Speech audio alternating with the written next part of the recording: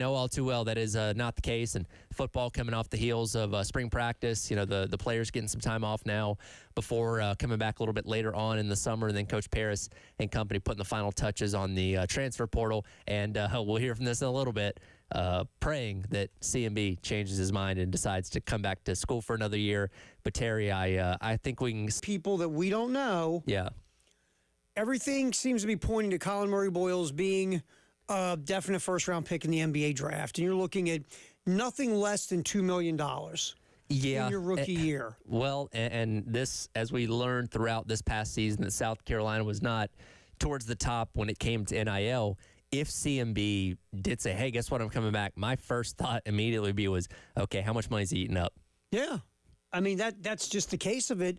How much money do you have? Let's play this game. All right. You're done in the portal, right? It seems that way. It seems that way. Yeah. And you've spent X amount of dollars. How many dollars do you have left? I don't know. And you haven't landed any, high-profile players? Like, oh, hey, this guy from Kentucky last year that was averaging, 12 points off the bench. Like, nothing like that. Like, there's some guys that have some promise and done some good things, but nobody's like a wow, amazing. Well, you had one, and he decided to go elsewhere, but nobody's a wow guy necessarily. Can I throw you a weird thought, and I hope I'm not wrong? I hope I'm wrong. Sure. Do you think they held back from spending money on some higher profile players with the hope of having money in case Colin Murray-Boyles came back? I would hope I'm wrong in thinking that, but is there any possibility of that in your head? I feel like, and I know Coach Paris said they're holding out hope, but I feel like they're basketball smart enough to know that's probably not going to happen. And if you're willingly holding on to dough by not getting somebody in the portal for the theoretical small chance CMB comes back, you're still not going to be able to really get anybody in the portal because, again, I think it's June 15th when he has to make that decision. And I guess technically you can always get somebody in the portal, but high-level guys are gone. If there's any left, right now anyway, so you're missing the opportunity to get somebody worth that value of the money that you're saving. So here's my next question. Let's say Colin Murray-Boyles, let's say for some reason you and I are wrong. Okay. And all of a sudden he wants to come back. Where's the money coming from? Great question. Is taking a team discount? I mean, if you spend all this money in the portal, right? Yeah, I wouldn't. I mean, yeah, right. You're going to pass up $2 million to come back for whatever they have left because you want to hang out another year for whatever your reasons. And again, you'd be going into another season with a lot of uncertainty around you. Okay, you got Cam Scott, Jordan Butler, and Miles Stewie. Those guys are back. Again, what are Jordan Butler and Cam Scott going to be? If Miles Stewie is healthy, he can be a consistent scorer. I know you didn't cross paths with Michi, but I'm sure he's aware that he's a up and down streaky kind of guy. And then there's these other guys that come in from the portal and all right, let's see what happens. And right now, if you're Colin Murray-Boyles, the sales job is, hey, come on back, you make us better, or come on back and be on campus and build up your NBA draft stock even more. Well, he's already a first-round pick, it feels like. Sure. And you come back and make them better. To your point, what are you making better? Are you taking now a below-average team and making them a little closer to average? And I'm not knocking the guys that you brought in, saying that these guys can never end up being anything. Because 2 years ago, when you went out and got your portal ads of B.J. Mack and Talon Cooper, they weren't sexy ads, and nobody's like, oh my God, I can't believe they got this guy. They ended up being great players, and again, that's what you hope the upside of these guys is going to be. But if I'm Colin Murray-Boyles trying to decide if I want to come back and play with these guys, I don't have anybody that I'm looking at saying, yes, that's definitely somebody that I want to play with. And look, again, like you just said, 2 years ago, I looked at Talon Cooper's numbers 2 years ago and said, this guy's a solid point guard. Yeah, and he had a lot of experience, which is good. He was very experienced, and he had skins in the game of showing what he could do. Sure. Right? I look at this team now. Look, could Mongolian Mike be this sort of Swiss Army knife lead guard type of, big, tall lead guard type that he just hasn't had a chance to be showcased and shine? Sure. Could that happen? Yes. Some of these pieces that are coming in, could they now with bigger roles show that they're better players and they've been given the opportunity to show? Yes. I'm not saying none of that stuff couldn't happen. But my point is, if you're Colin Murray-Boyles and you're looking around what is coming into this program and what's still in this program, does that make you want to pass up being picked first in the first round of the NBA draft and getting $2 million when you're not, by the way, again, none of us know the money. Sure. But it's hard to believe that they could dig up $1.5 million to pay him after you paid all the money in the portal. Maybe you got something going on in the NIL space that you got somebody ready to drop money if Colin Murray-Boyles comes back. Maybe you got that. Someone's sitting there on top of a bag. Yeah, waiting to tear the check out of the checkbook. Maybe, but I'm just like, and this also shows you the calendar and how clunky the calendar is, right? Sure. All right, NBA draft, you have until June 15th. Well, all the portal guys are gone. So for teams and for players, to be fair, you got to make a decision, and really the rosters are almost set. Now you're Lamont, you say, well, we got a roster spot for Colin Murray-Boyles. Okay, that's fine. Let's say it goes to the NBA, goes into the NBA draft for real.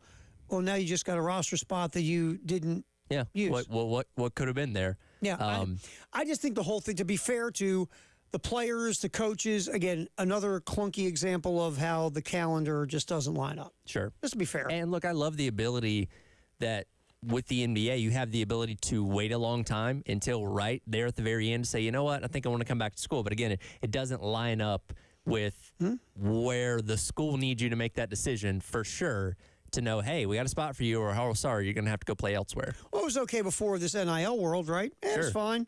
Now it's not anymore. So once again, you got to take a step back and go, all right, the rules have changed. The calendar has to change. Yes. We'll see if someday that does happen. But yeah, Lamont Paris talking, Shane was talking, and I was in the elevator. I don't know if you got to the phase-on thing or not about Shane. In the last hour we did, but it's worth bringing up again, because Beamer's getting frustrated, as you would expect. Why would this take this long? If this is for any team, not just for Beamer and South Carolina. You know why? Come on. Because they got to have a committee about it. That's true. They have to have the committee that creates the committee that's going to meet with another committee to decide what's going to happen. Yeah. That's how these go. And then once they decide what's going to happen, they have to take it to committee. Yeah. To get final approval. Exactly. It's insane. This should take no more than 6 weeks. You would think, really? And again, if I hand you a packet, here's all my information, here's what you need to know. Well, you were reading one page a week? What's going on? It ain't that hard, man. It ain't that hard. And obviously, we have a ton of news today. Obviously, on our little radio station yesterday afternoon, Coach Paul Mainieri said very emphatically that he will be back as the head baseball coach at South Carolina. Couple things really quick. First of all, what do you think he's going to say? Yeah, he's not going to say otherwise, but it is good to hear it from him. Yes, and right? I think the question needed to be asked. It did need to be asked. Elijah. I thought that was a good question, but again, what is he going to say? Because we talked about it yesterday, the only way this doesn't get a year or two is if he decides, you know what, I don't want to do this anymore. I don't think that, and again, I didn't hire him, but I don't think you make the move as bad as this year is after one season. I think here's what's so complex about this is that this has been so bad and so unexpectedly bad. And there have been some moments in this season where you go, And all those things combined make you, and again, there's 12 people at Founders for a game against Florida. All of this has been so unexpectedly bad. The idea of, okay, let's run it back for year two, you go, but this has been so bad. And I get that. But to the reality of all this, it's going to cost at least $7 million to give this staff a hug goodbye.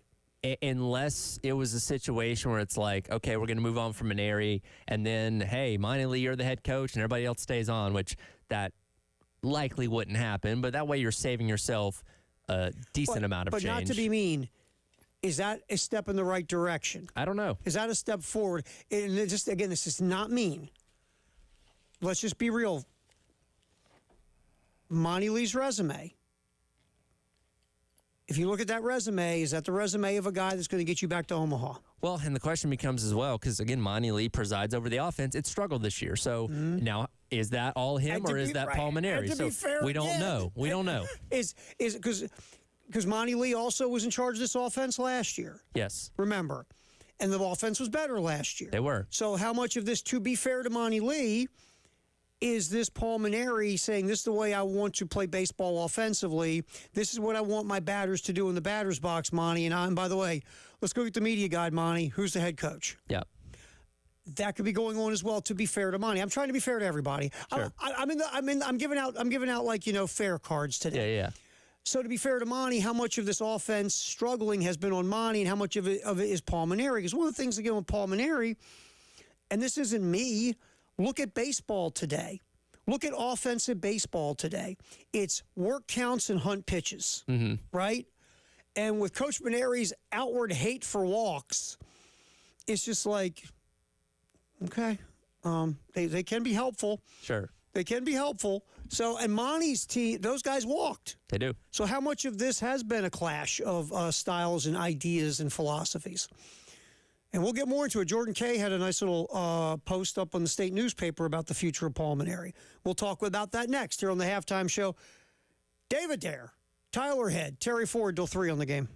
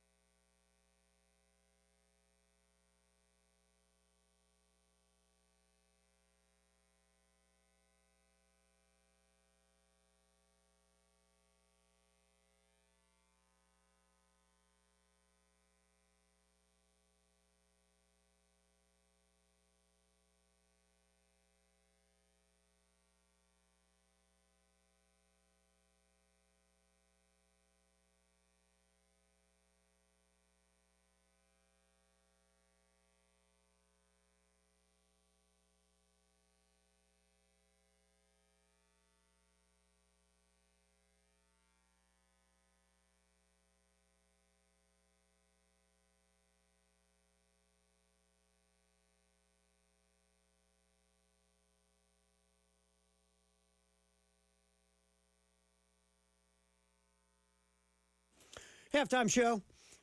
Appreciate you hanging out with us as we go till 3 here on the game.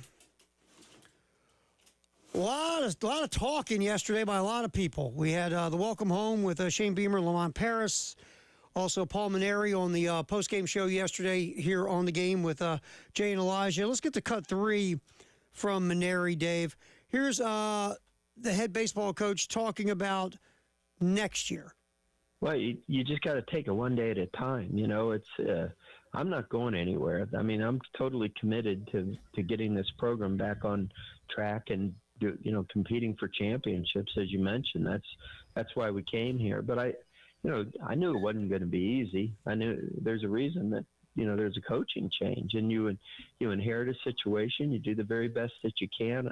I love the kids. They're giving me everything they got. And we're going to, like I said, recruit like crazy and hopefully put a better team out there next year. We need to get some hard throwing pitchers, and we need to get some guys who can hit the ball out of the ballpark, because that's what wins in this league. And if you look at the conference statistics, we're way down there in striking out batters, and we're way down there in hitting home runs. And those are the things we need to address, and we are addressing them. But as far as my status, there's no conversations about anything. I came here to do a job. I know it doesn't look like we're making progress to most people. I understand that, but probably to expect that we were going to win the national championship my first year here might be a little bit, optimistic, so to speak. But we're working hard every day to build for the future, and I'm totally committed to the University of South Carolina. Despite the conference record, I've loved my time here, and I really love the kids on the team. They're trying their very best, and some days it doesn't match up against who we're playing, but they're giving me everything they've got, and like I said, the coaches are giving them everything they have. So it may not satisfy a fan base, and I totally understand that, but the best we can do is all we can do, and that's what we're doing right now. Okay. Yesterday, you were asleep by the time we got on the air here. You were. Oh, actually, I never fell asleep yesterday. I actually spent my afternoon watching Smokey and the Bandit, believe it or not. Nice. We'll get to that later. Yeah. Hey, check that, Dave. Mark this. We got to go back and talk about Smokey and the Bandit. The first one is phenomenal. Yeah, it was great. And anyway, I just said this. Look, this, lack of a better term, was a disaster. This baseball season has been a disaster. And once this thing ends, you have to take a step back and look at, and sometimes when you have a disaster, there's so much in front of you, you're like, where do I start? Sure. Right? Yeah, if the mess is so big, you just kind of stare at it for a minute with your hands on your hips, like, well, it's all going to have to get cleaned up, but what do I pick up first? Yeah, so where do I go? And one of my aunts always had this saying, and I didn't really understand when I was a kid. It just kind of sounded a little weird. Just got to go bird by bird, honey. Just bird by bird. I'm like, what the hell does that mean? Just one by one. Yep.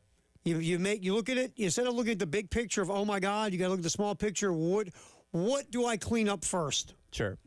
And your first thought is, about, obviously, the coach is where you start. And then you work from there. And Jeremiah Donati's the guy that's going to have to make that choice. And Paul Mainieri, to be fair, those guys are going to have to make that choice. Mm-hmm. Now, Paul Mainieri said what he had to say yesterday. I'm coming back. I'm definitely coming back. And now Mainieri hit on two things, though, because remember, the big controversy, and I understand, is when he said he underestimated the league. Now, he clarified himself yesterday. He said he thought that was kind of taken the wrong way by folks. And he said, I clarified how strong these players were or how old they were and how the transfer portal affected lineups and pitching staffs. Okay, you've been out of the game 3 years. That's fair. You probably were out yachting for 3 years. I understand. Sure. I mean, a lot of fun things to do in Baton Rouge. If I retire, well, they have that beautiful Baton Rouge ocean. It's beautiful. Yeah. You go out there and just cruise in your big luxury liner with Captain Steubing and Gopher and, Yeah. And look, he was still around the LSU program, but he's not in the grind day to day. Oh, he's not in the day-to-day grind. So he said two things that made sense. You need pitchers who strike folks out, and you need guys who hit home runs. Yeah. And as much as a lot of old school baseball fans throw up in their mouth when they hear it, that's where the game is today. You got to hit home runs, and you got to strike folks out. And that's reality. And the fact he's gone through this for a year, he's seen what's happening, and he understands he doesn't have a lot of those guys on this team. He's got to go get them. All right, so and we talked about this in the first segment. Look, I've talked to a lot of people in the last week, especially a lot of people since the weekend, by the way. Mm-hmm. Funny how this has been a big topic of conversation since the weekend. Yep. There are a lot of folks who aren't happy right now, and I get it. This is a proud program with a rabid fan base and a proud fan base. And what's happened this year is unacceptable, and it can never happen again. It just can't happen again. And so where you go from the beginning is, okay, is Paul Mainieri coming back? And there are people said to me, Terry, no, you can't do that. You just can't. Look at this. Look at the ballpark, the stands. It's empty. Look at it feels like people are getting the whatever, which is never good. You can't run this back next year. There's going to be no enthusiasm. And I understand all that. I do. But you know what gets people excited and enthusiastic, Tyler? Winning games. Mm-hmm. So let's take another peek at this that we didn't talk about yesterday, because yesterday was a lot of gloom and doom, obviously. But let's take this idea. Let's say, all right, Paul Mainieri just brought up home runs and strikeouts. Yes. Good. Yeah. Good. That's what you need to focus on, because that's the game today. And the teams that have been beating you like a pulp, what are they doing? Hitting home runs. And striking you people out. Yeah. So it seems like the light bulb went on for that, right? You may have, and again, I'm sure Coach Mainieri's held this truth his entire career with, hey, we don't like walks, don't like free passes, all that kind of stuff. You might have to come to a point where you have to change your philosophy on some things, because, again, today's world of baseball in general, not just at the college level, it is hitting home runs and striking out. It's feast or famine, and again, you have to adapt to that. And you know what helps? Getting base runners. Yeah, if you can take a free base, where again that guy, when you do hit a home run, instead of driving in one run by being a solo shot, he drives in 2 or 3. Guess what? Now you've scored 3 runs. And today, and this is not me. I did not sit in my analytic incubator and come up with this, because God knows I'm not this smart. I can't even spell incubator. I can't even spell incubator. The world today of hitting is working counts, hunting your pitch. Yep. Working counts, hunting your pitch. It is very difficult, because pitching has so surpassed hitting in the world of analytics that hitters stringing together 3 singles to score a run is very difficult today. Right. Very difficult. The baseball I grew up on, how to hit, I'm not saying you can't do it. It's just it's more difficult today than when I was taught to, we put together 3 knocks, baby. Let's get a run. Now it's a bloop and a blast, and you get 2 runs, right? Or a walk or a blast. Sure. You have to look at, and I'm not saying college baseball is like Major League Baseball, because it's not. But some of these factors still are incorporated, where pitching can be ahead of hitting at times. Yeah. And, there's certain pitchers, because they're ahead of your hitters, it's very difficult. You got to look at some of these things that are going on today by these college teams that are scoring a lot of runs. And it's work the count, hunt your pitch. Work the count, hunt your pitch. And so this idea of this distaste for walks, to your point, you have to reevaluate. No one's saying you stand there with the bat on your shoulder and just take pitches. You're going up there not to swing at pitches out of the zone, but to get the pitch in your sweet spot and do damage, right? And you think about the philosophy that a lot of these guys have come up with through their high school years and obviously early college years, if they've been around the game for a couple of years, then, you can tell them something completely different, like, hey, we don't want you to walk. As a batter, that can take a while to adapt to. That's not something you can just all of a sudden on a dime start doing differently. Like, it takes time, takes a lot of reps to get your mind in the thought process of that. So you could be throwing guys off by having them just have a different plate philosophy this entire year. And sometimes the idea, we want you to be more aggressive, is great, but you're taking guys and saying, and sometimes that it means, it's aggressive equals over aggressive. Now all of a sudden maybe you're chasing some stuff out of the zone you wouldn't have chased, because you want to be aggressive, because you've been told we want to be aggressive and not walk. Right. Again, I'm not saying that's why this season went it ways, but that's part of some of this stuff that needs to be reevaluated if you bring back Coach Mainieri. That's all. That's all. All right, just in case you just woke up, man, did we have some good playoff stuff last night in the world of sports. Let's get to it next here on the Halftime Show on The Game.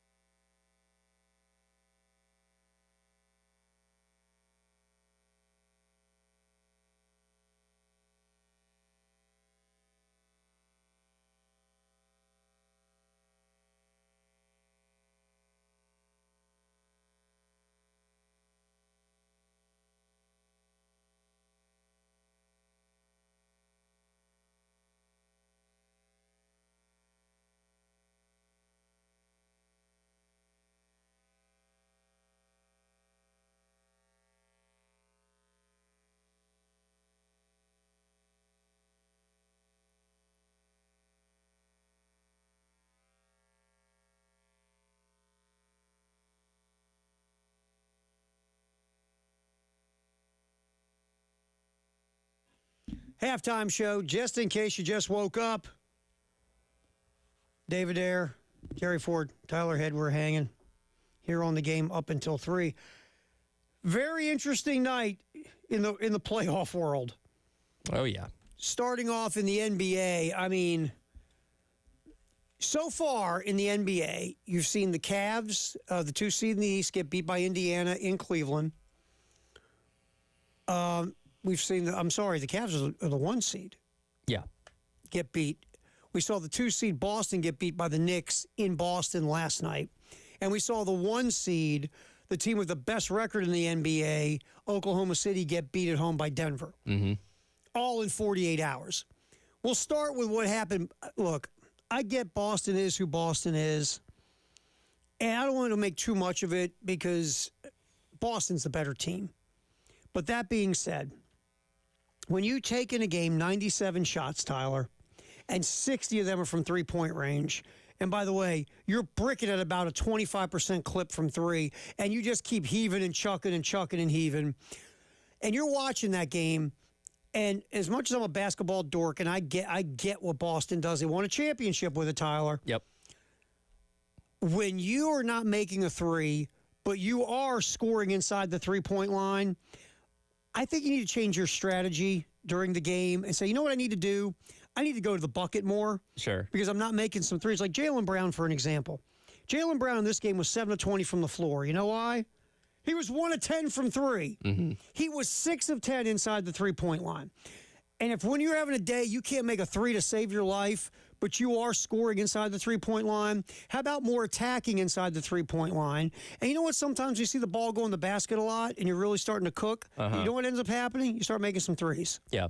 Well, we talk about this all the time. When you live by the 3, you die by the 3. And the fortunate thing for Boston is, despite the fact they shot atrociously, they still took the game into overtime and only lost by 3 points. So that probably bodes well for the rest of the series because I doubt they're going to be that disastrous over the course of however many more games this thing is. But again, sometimes you have an off night. They had an off night last night, and the Knicks were able to take advantage of it, mounting an insane comeback in the second half, down by 20 halfway through the third quarter. And the statistic is neither. I don't think anybody had lost a playoff series when leading by like 14. Yeah. You know, that late in the game or something like that. It was unreal. And look, I give the Knicks a ton of props. They took advantage of Boston's clunkiness on offense, and they came back and won this thing in overtime. And you know, when Jalen Brunson missed the little shorty at the end of regulation that could have won the game for the Knicks, I'm like, well, Boston now will win the game in overtime. Sure. For the Knicks' credit, look, Malik Bridges played his tail off on defense. He was so good in the defensive end of the court and made a big 3 in overtime. Look, Boston, and you nailed it. The Celtics aren't going to play like this the rest of the series. And the Knicks barely won this game, and they shouldn't have. I don't think the Knicks in a 7-game series can win 3 more. Yeah. Could I be wrong? Absolutely. I just think Boston's a better team, and it's a game of adjustments, and there's just some things Boston, you know, on the offensive end of the court, recognition-wise, they can do better, but I still think the Celtics win. Just like I get Oklahoma City, just like Boston, had no business losing. Sure. Oklahoma City had a double-digit lead through that game. And when I was watching it early on, Tyler, like in the second quarter, it looked like Oklahoma City's rolling, double-digit lead. Offensively, they're scoring. Defensively, they're getting stops. Okay, Oklahoma City's just going to, you know, glide on into a nice Game 1 win at home. And then Nikola Jokic happened. Oh, my God. I mean, he goes for over 40, 22 boards, 5 assists. And Oklahoma City couldn't stop him. And Oklahoma City is one of the best, if not the best, defensive team in the league. Mm-hmm. But Denver kept getting some really good switching opportunities. And Jokic, I love Alex Caruso. He's a nice role player. He's about 6'3". Mm-hmm. Jokic is 9'6". And I lost track of how many times Denver got the switch where Caruso's guarding Nikola Jokic. Right. And it was. First of all, give Denver their props, but and then, you know, obviously a ginormous shot hit by Gordon to the game winner for Denver. But Oklahoma City strategy was questionable, man. They started. Look, I am totally on board with you're up by 3 and it's inside 5 seconds left in the game. Foul. Don't let the other team get up the game tying 3. Mm-hmm. I'm totally down with that strategy. But Oklahoma City took that strategy on steroids. They're fouling with 20 seconds left and 18 seconds and 23 seconds. I'm like, why are you doing this? Mm-hmm. You're not in that position yet to play this game. But the biggest sin, there's like 10 seconds left in the game. Oklahoma City ran a little inbound play where SGA goes in for the dunk. They got a 3-point lead. Nikola Jokic is on the bench because Denver's plan was to foul and get Jokic back in the game. But Oklahoma City ran a really nice play. Denver fell asleep. SGA goes in for the dunk. Guess what you can't do if you're Denver now? You can't get Jokic back in the game. He's on the sideline watching. So then Denver inbounds. If you're Oklahoma, there's like 10 seconds left. The best offensive player on the team is on the sideline. What don't you want to do there? You don't want to foul. Yeah, don't let him in. Because now Jokic can get back in the game. And Oklahoma City fouls. No. At this point, you got to understand the best guy, one of the best offensive players in the world is on the bench. He can't get back in the game. Play it out. Play it out is what you got to do at that point. Sure. You can't foul with 10 seconds left to let Jokic get back in the game. And then, God love my guy, Chet Holmgren, who I love so much, misses both free throws. And then Gordon goes down and hits the game winner. Oklahoma City and Boston are both going to be sitting around going, what the hell did we just do? Now, do I think Denver or New York's going to win? No. But we got some fun in game 1. Yeah. Now I'll say this. Indiana outplayed Cleveland. Sure. They did. But I still think Cleveland wins that series. But Oklahoma City and Boston are going, well, we really screwed those up. And as annoying as it is, and I've made my disdain known for how long these series take, there's a reason why you play 7 games, because the best teams end up winning out over the course. And again, you have a bad night, off night. Again, Boston, blanking on 75% of their three-pointers last night. That's not going to happen over the course of the entire series. Things will correct itself. And again, you usually have the better teams advancing when it's all said and done. Like you said, you've at least created some intrigue, at least through the first couple games of these semifinals, which this is where things, and look, the first round's kind of chaotic because you got so many things going on at once. And I love the fact that as you get in the second round, you kind of zero in on one game at a time, because it's, hey, one game at 7, one game at 9:30, one game at 7, one game at 9:30, and looks like we're in for some fun as the second round rolls along. Yeah, that was some fun stuff last night. Also, just in case you just woke up and you didn't know, Lamont Paris and Shane Beamer had a welcome home last night. Yeah, another one tonight, I believe, out in Aiken as well. So they're hopping around the state here, talking about a number of things and venting their frustrations about various things as well. All right, so let's get a cut from Lamont Paris real quick, Dave. Get the old little mouse ready to roll. Here's Lamont Paris. Let's go to cut 13, Dave. What the objectives were when Lamont was shopping the portal in this offseason? Yeah, skill, feel for the game. Those are 2 areas that I wanted to concentrate on. Experience. I think if you look at the guys that we brought in, we're probably a little closer in terms of experience and total games of number of starts on our entire roster that we were 2 seasons ago. And so I just thought those were important things for us. And again, skill. We had a very skilled passing team 2 seasons ago, and that served us really well. We were not as accomplished in that area, and just for me and my DNA, that's always an important thing for me. And so we wanted to get back to a little more feel and skill, and then also combine that with some good experience. All right, so Lamont, he has experienced players coming through the portal. Yep, which we know he loves. Yeah, he loves that. These guys, it's an interesting skill set with everybody. There's no number 1 option on offense. There's no true point guard. Those are things we've been yapping about. But he does have some guys with a varied amount of skills, and we'll see how it all meshes itself together. And we'll talk more about that later on in the show. Firehouse Sub Text the Hour, 803-404-6100. Let's get to that next here on the Halftime Show on the Game.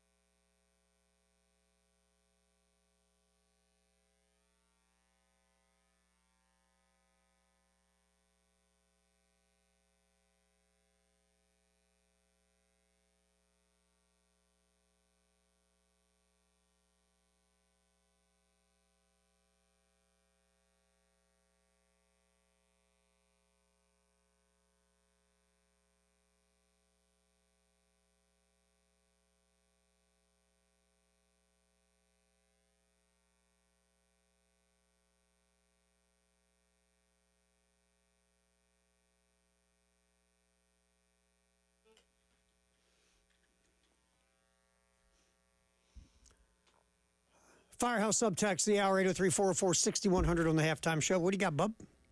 Charlie weighs in reference to the CMB conversation. Says, do you really think we can't come up with $2 million for a top 10 draft pick? I think the bigger question is, does he want to go or not?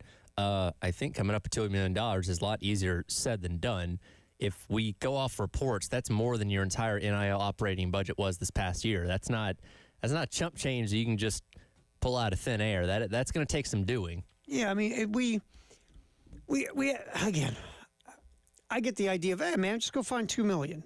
Because we talk about all this money, and it's almost like ridiculous monopoly money, right? Sure. It's almost become like fake money. Because it's numbers now, right? Mm-hmm. Like your bank account. How much time are you often dealing with actual physical money? It's just numbers on a screen, right? Yes. And that's the way it looks. We're listening right here going, it's just $2 million, whatever. And I get that thought because we hear of billions and millions and all this money that's being thrown around everywhere, and right? Again, right now, we're still talking about this coming from traditional NIL because revenue sharing's not kicked in yet. And even with that, you're going to have NIL on top of revenue sharing to be able to compete. So that money's still got to come from somewhere on the outside, a single rich donor or a collection of people willing to write you a check. And like we said, maybe there's a secret bag of money sitting somewhere from a donor who's saying, I will give you money for Colin Murray Boyles if he comes back. Yeah. If you can get him to come back, I'll give you X amount of money. But and we went over this before, but just to circle back to it again.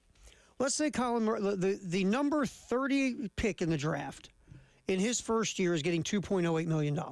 Yes. Colin Murray Boyles is looked at, let's go right in the middle, because he's looked at possibly just a little bit outside the lottery. Some people have him in the lottery, some people have him near 20. Let's just cut it in half and go to 15. That's $3.5 million. Yeah. The majority of SEC schools' entire NIL budgets are somewhere around there. So again, if Colin Murray Boyles comes back to South Carolina and says, well, I might be on the fence. Okay. And let's say his people say, I'm probably going to go somewhere in the 15 to 20 range. That's $2.8 million to $3.5 million in the NBA rookie slot for a salary in year one. You guys go find me that kind of money, maybe we can talk. Then you're going to go scramble, and if you can find somewhere, you're going to get between 2.8 and 3.5 and say, here you go. Now you can stay on campus, play another year, maybe improve your draft stock, hang out with your girl another year. That's true. Whatever. Yeah. I think all that's a long shot. I just do, and I hope I'm wrong. But the money's the money, and again, to think, it's going to be easy. Look, there's no Phil Knight here. Yeah. And there's no oil field or windmills or any of that mess where you can just go find money somewhere. It's not as easy in South Carolina as it is in some of these other college towns or regions or states. It's just not as easy. I think they call up Darius Rucker and be like, hey, trying to get CMB to come back. What can you do for us? You sold a lot of records, bud. Can you help us out real quick? I know you love us and you give us money in general, but can you hump it up a lot for us, please? Can you do a concert to bring back Colin Murray Boyles? I'm curious. Here you go. And on the text line, let us know 803-446-100. Who would be South Carolina's richest alumni, that's currently living right now? That is that potential theoretical Phil Knight. Who would that be? Darla Moore. Darla Moore. How much is she worth? Lots. Lots. Now, so is she well connected into giving money to the athletic program, lots of money? She used to give lots of money before a few things happened. Oh, so she doesn't do it anymore. Net worth $2.3 billion, and that was 10 years ago. So it's probably worth a lot more now. There you go. Okay, maybe. Hey, maybe mend fences. Yeah, time to mend some fences. And again, just because someone went to your school doesn't mean they're ingrained with sports. And if they used to give a lot of money, now they don't for reasons we probably can't discuss with microphones on. Mend the fences. True. Darla, we're sorry. It's not tough.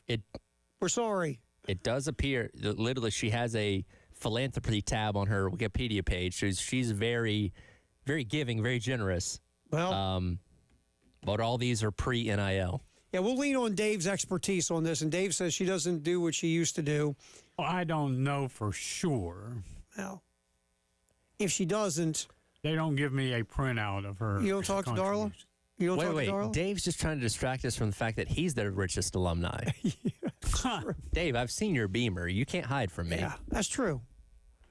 The only man I He know. knows how old that Dave, Beamer is, right? Write a check right now to bring Colin Murray Boyles back. You drop It's $3.5 that simple. million, you might have a shot to get him back, Dave. It's on you, Dave.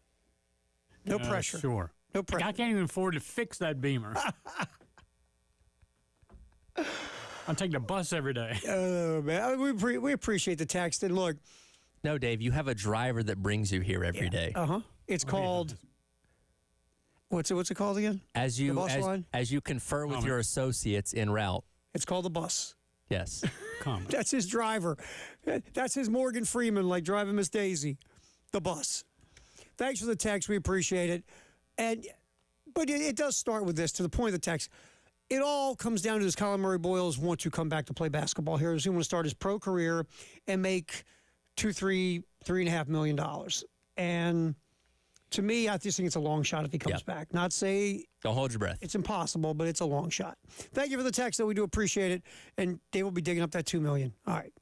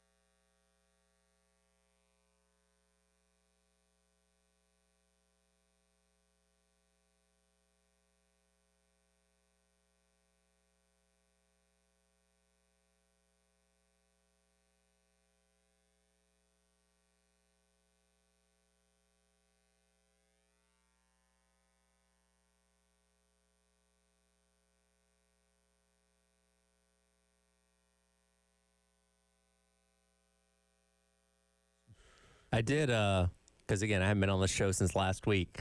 I did acknowledge that Dave's name is now in the intro, which I think after 18 years here was nice of y'all to finally include him. Well, I figured. Well, I went to upper management and I said, look, are we keeping this guy around or what's the deal? Why? Because I'm going to put his name in the imaging. But if there's a plan to, move him along, then, we're going to, Yeah. We're not going to put him in the imaging. So, Dave, that should make you feel good that you're not going anywhere. I mean, I'm not going to put you in the imaging if you're going to leave anytime soon. Yeah. So I know Dave never feels any job security at all because he's been damaged. Radio is damaged, Dave. But to put you in the top of the hour intro, that gives you a little security. Dave, can you actually enjoy your days off, or are you just paranoid that you're not going to be able to return when your day off's over? Every time he sees the phone ring or sees a text from anybody. Or when you tell him, like, hey, Dave, you worked hard. How about we give you tomorrow off? Why? Why? Why do I get tomorrow off? Why? Dave, can you give me your key card, too, while you're taking tomorrow off? What? What's wrong? What's going on? What's wrong? Is that the paranoia you live with, Dave? Oh, when they were working on the system out there and my key card didn't work. Did you flip out? Oh, no. Here it is. He's like, Today's the day. They got me. They got me. Dave's always we're going to take your key card or take your access to the key card away and just hope you stop showing up, that you just get the hint. Be like the guy from The Office. Exactly. We'll put him in the basement. Yeah. Put Dave in the basement. Stop giving me a paycheck. Exactly. It'll work out itself. Because when I first got here, I would have Dave, hey, Dave, come up to the office real quick. But I stopped doing that. Because it's freaks him out. It freaks him out. Yeah. So I come down here and talk to Dave. So if, hey, Dave, come on up to the 19th floor. Let me talk to you. Dave's thinking he's going to walk in my office and the HR lady's going to be on the computer. Dave feels like he's walking the Green Mile going up there. Johnny Green asked me how it was going today, and I said, What have you heard? What? Who's been talking to you? Really, Dave, we should have the theme to Dead Man Walking, when Dave walks into the 19th floor office, just to make him even more paranoid. Yeah. That's why I stopped doing it. Hey, Dave, come to the office because Dave flips out. I think you be concerned if nobody wants to talk to you. If when people see you, they turn the other direction. That's when you should be concerned. You know what else does? You know who else does that? Gunner. Yeah. If I just text Gunner, hey, give me a call, lose his mind. Hey, Bill, can you stop up 19th floor real quick? What's wrong? What's wrong? Bill said to me, he goes, can you please, like in the text, put the reason so I don't flip out? Hey, so everything's I don't flip cool. Out. Just want to talk about the show guest or something. Yeah, we both work for the same company, You've all been damaged. Same company, yes. That's a good point. The people that came from that place are all scarred for life. There's a lot of psychosis running around in there. All right, Shane Beamer doing the welcome home last night. And let's, I love this. Let's get cut 5 from Shane, wanting the expectations for this football program to be high. Hit cut 5, Dave. Certainly, you want high expectations. Our players and the people in our program, I believe, embrace those high expectations and understand that with those expectations, you have to prepare the right way, that it doesn't just happen, because there's plenty of teams, and we've talked about it a lot as a team, there's plenty of teams every year that have high expectations and fall well short of those expectations, and it's usually coming out of the gate as well. So understanding that there's a lot of expectations, and rightfully so, at our place. You want that as a coach, where there are high expectations within the media, with the fan base, but making sure too that that's all talk. Right. That last year at this time, nobody thought we would win 9 games and be in the mix for a playoff spot at the end of the season. This year, we need to make sure we do a great job of not sitting here listening to everybody tell us how good we're supposed to be, and understanding the work that goes into it. But certainly it beats the alternative of everybody picking you to, be dead last or anything like that. I like the expectations of being up there higher. Yeah, I mean, you have to put work in. Because you have to say, hey, remember all that work we did to win 9 games? We're going to work even harder now because we have higher expectations.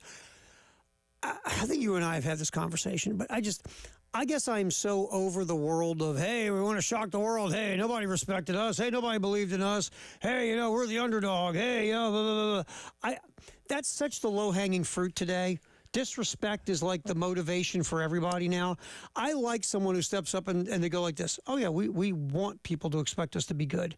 We want high expectations. And last year, the knock on the team was warranted because you disappointed. You have a 5-7 year, missed a bowl game, and had some pretty downright ugly games in the process of that. Offensive line was terrible, because of injuries and stuff like that. So nobody was wrong for thinking you weren't going to be able to bounce back and be better last year. But again, when you go out there and overachieve, expectations get a whole lot higher for the next year. And that's the thing. It's like you understand why last year you could use the, hey, nobody believes in us card because nobody did. Yeah. And you didn't give them reason to. Right. And then you went out there and, quote unquote, I'll use the cliche, shocked the world, won 9 games, almost got in the college football playoff.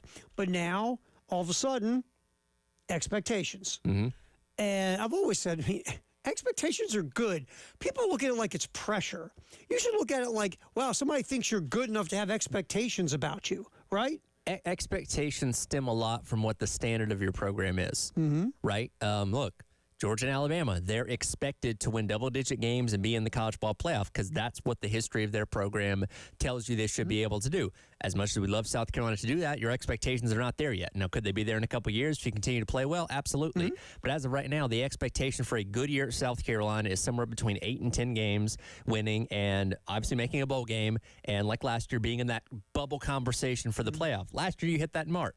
Can you get better this year? We'll see. But again, that's kind of the high level of expectation people place on you because of the history of what your program has done. And you yourself should want to put expectations on you to be even better and embrace expectations.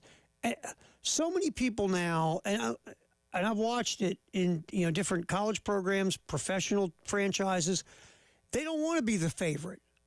They don't want to have all the expectation. Yep. They want to be the underdog. Right. They're more comfortable like that. The minute you're expecting them to be great, they go down their leg. Some people can't embrace it. I have so much respect now for the programs that embrace it because everybody else seems to run from it now. I don't want all that expectation, bro. Whoa, hey. I want to shock the world, baby. I want to sneak in. I want to say nobody believed in me. Because that's always the cliche to use now, the disrespect card. I like teams and programs and people who embrace the expectation. We expect you to be really good. We expect you to be better than really good. Now, there are times you're not going to be, right? Because you can't be every year all the time. You're going to fail. It's life. Sure.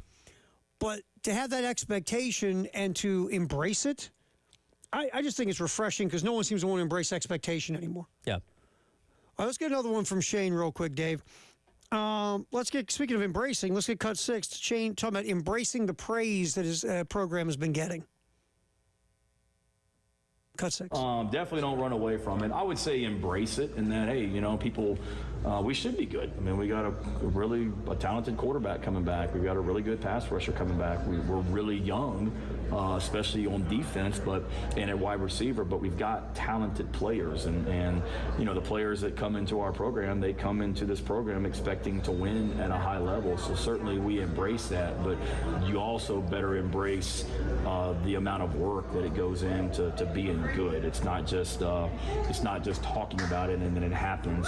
Preseason expectations are based on, were you pretty good last season and does your quarterback come back? I mean, that's pretty much what it is every year with people. And nobody thought we were going to be any good last year because our quarterback left and we weren't, from a record standpoint, what we needed to be in 2023. This year, we've got a lot of guys coming back. We were good last year. Our quarterback returned, so rightfully so, you're going to be picked pretty high. But it's not, I wish it was that simple, but it's not that simple. He nailed it, didn't he? Yeah. If you have a good year and your quarterback's back, everybody expects you to be just as good, if not better. Sure. And then you add your edge pass rusher, who could end up being the best edge pass rusher in America, and I think you're really, really, really going to be good. But Shane, in both those cuts, said, just to me, is the no-brainer. Talk about it all day, but you got to get to work to make it happen. And that's one thing you can't lose is we got to go to work to make it happen. But embrace the praise. Don't run from the expectation because you want to get to a point. Look, and I'm not. If you're going to get there, I don't know. Hopefully, but you want to be like Georgia. You want to be like Alabama. You want to be these teams that are now. Texas is back in the conversation like this. You want to be teams every year that are looked at with high expectations, make the college football playoff, win a national championship. And then if you do have those years where you don't reach that, it's a huge disappointment because you're so good all the time. I mean, if Shane wants to see a model of it, all he's got to do is walk over to watch the women play basketball here. Mm-hmm. Yeah. If the South Carolina women don't win a national championship, there is a part of this fan base that goes like this: "Wow, this year sucked." We just experienced it. Mm-hmm. Like a lot of people's minds, this year was a disappointment because you did not beat UConn for the national championship. You played for the national championship. You played for the national championship and because, well, kind of a lost year. I got to tell you who might be leading the way is the head coach. You see what happened in the portal right after this thing was over, right?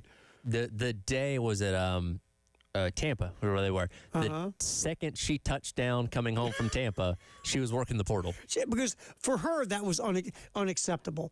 Now, if you'd have lost a game where you lost by 4, and it was kind of nip and tug, maybe a little back and forth, they just made a couple plays at the end and you didn't, I don't know if you get like that intense, like you said, hit the tarmac and you're on the in the portal. But in the way you lost to a team you thought you had passed, right? Yep. You thought you had passed this team, and you didn't have to deal with UConn and Gino anymore. And not only did they boat race you in the national championship game, they boat raced you in your own house. Dawn probably wasn't in a very good mood internally. No, that probably wasn't a fun plane ride back. And guess what? Hit the portal, got the leading scorer in the country, and got a big on the inside that can do some damage. Pretty good. So, nice work. But that's my point. My point is, if you don't have to go far to see what we're talking about. Yeah. You want to be, if you're Shane Beamer, you want to have that level of expectation for your football program. Sure. Now, is it unrealistic at times? Sure. Do fans get kooky at times? Yeah. Do they get unrealistic? Where you want to go? How many beers have you had? Yes. But you would rather have unrealistic high expectations because you're so bleeping good every year than, we shocked the world. Let's do the shock the world dance. I would rather be Dawn Staley. And no, every year everybody expects me to win the national championship. And if I don't win it, everybody's going, what's wrong, Coach? It's like the conversation about storming the field, right? Last year, South Carolina finally was able to beat a ranked team for the first time in 2 years against A&M. Everybody stormed the field. That was great. Cool. And again, it's happened a couple times in Beamer's tenure. We talked about it coming away from that. You want to get to the point where storming the field should be a thing because you're just beating those opponents at a regular clip. People are storming the field because they beat you is where you want to get. Yes, you want to get to the point where you were the team getting stormed on should you lose those games because you look at it and say, oh, hey, top 10 team coming in Willie B? No problem. We'll win that. You want to be the team that the opposing fan bases are circling your game. Yes. You want to end up being, hey, South Carolina's coming to town this year. That's where you want to end up being. You want to be the win. If you want to be the team that if the other team beats you, that's their season. Like, again, Vanderbilt beat Alabama last year. That was their season. They ended up winning more games, obviously, but their whole year revolved around the fact that they beat Alabama. They rushed the field. Everybody's celebrating all that kind of stuff. Carried the goalpost to the water. Yes, because, again, that is the standard of college football, and it has been for a decade and a half, and you beat them at home. Congratulations to you. It's going to take a while to get to that point, but, again, that's the goal. All right, Shane in the welcome home, and we're going to get to this next. Talking about, you can hear the frustration in Shane's voice talking about Russell Faison. Yeah. Oh, yeah. The running back, who could be quite important to this upcoming season. To say the least, and now you're starting to get a little nervous. And this has gotten to the point of ridiculous that the NCAA's got to make a decision and move forward. We'll hear Shane's thoughts on Faison next here on the halftime show with David Ayer running the ship. Terry Ford, Tyler Head, till 3 on the game.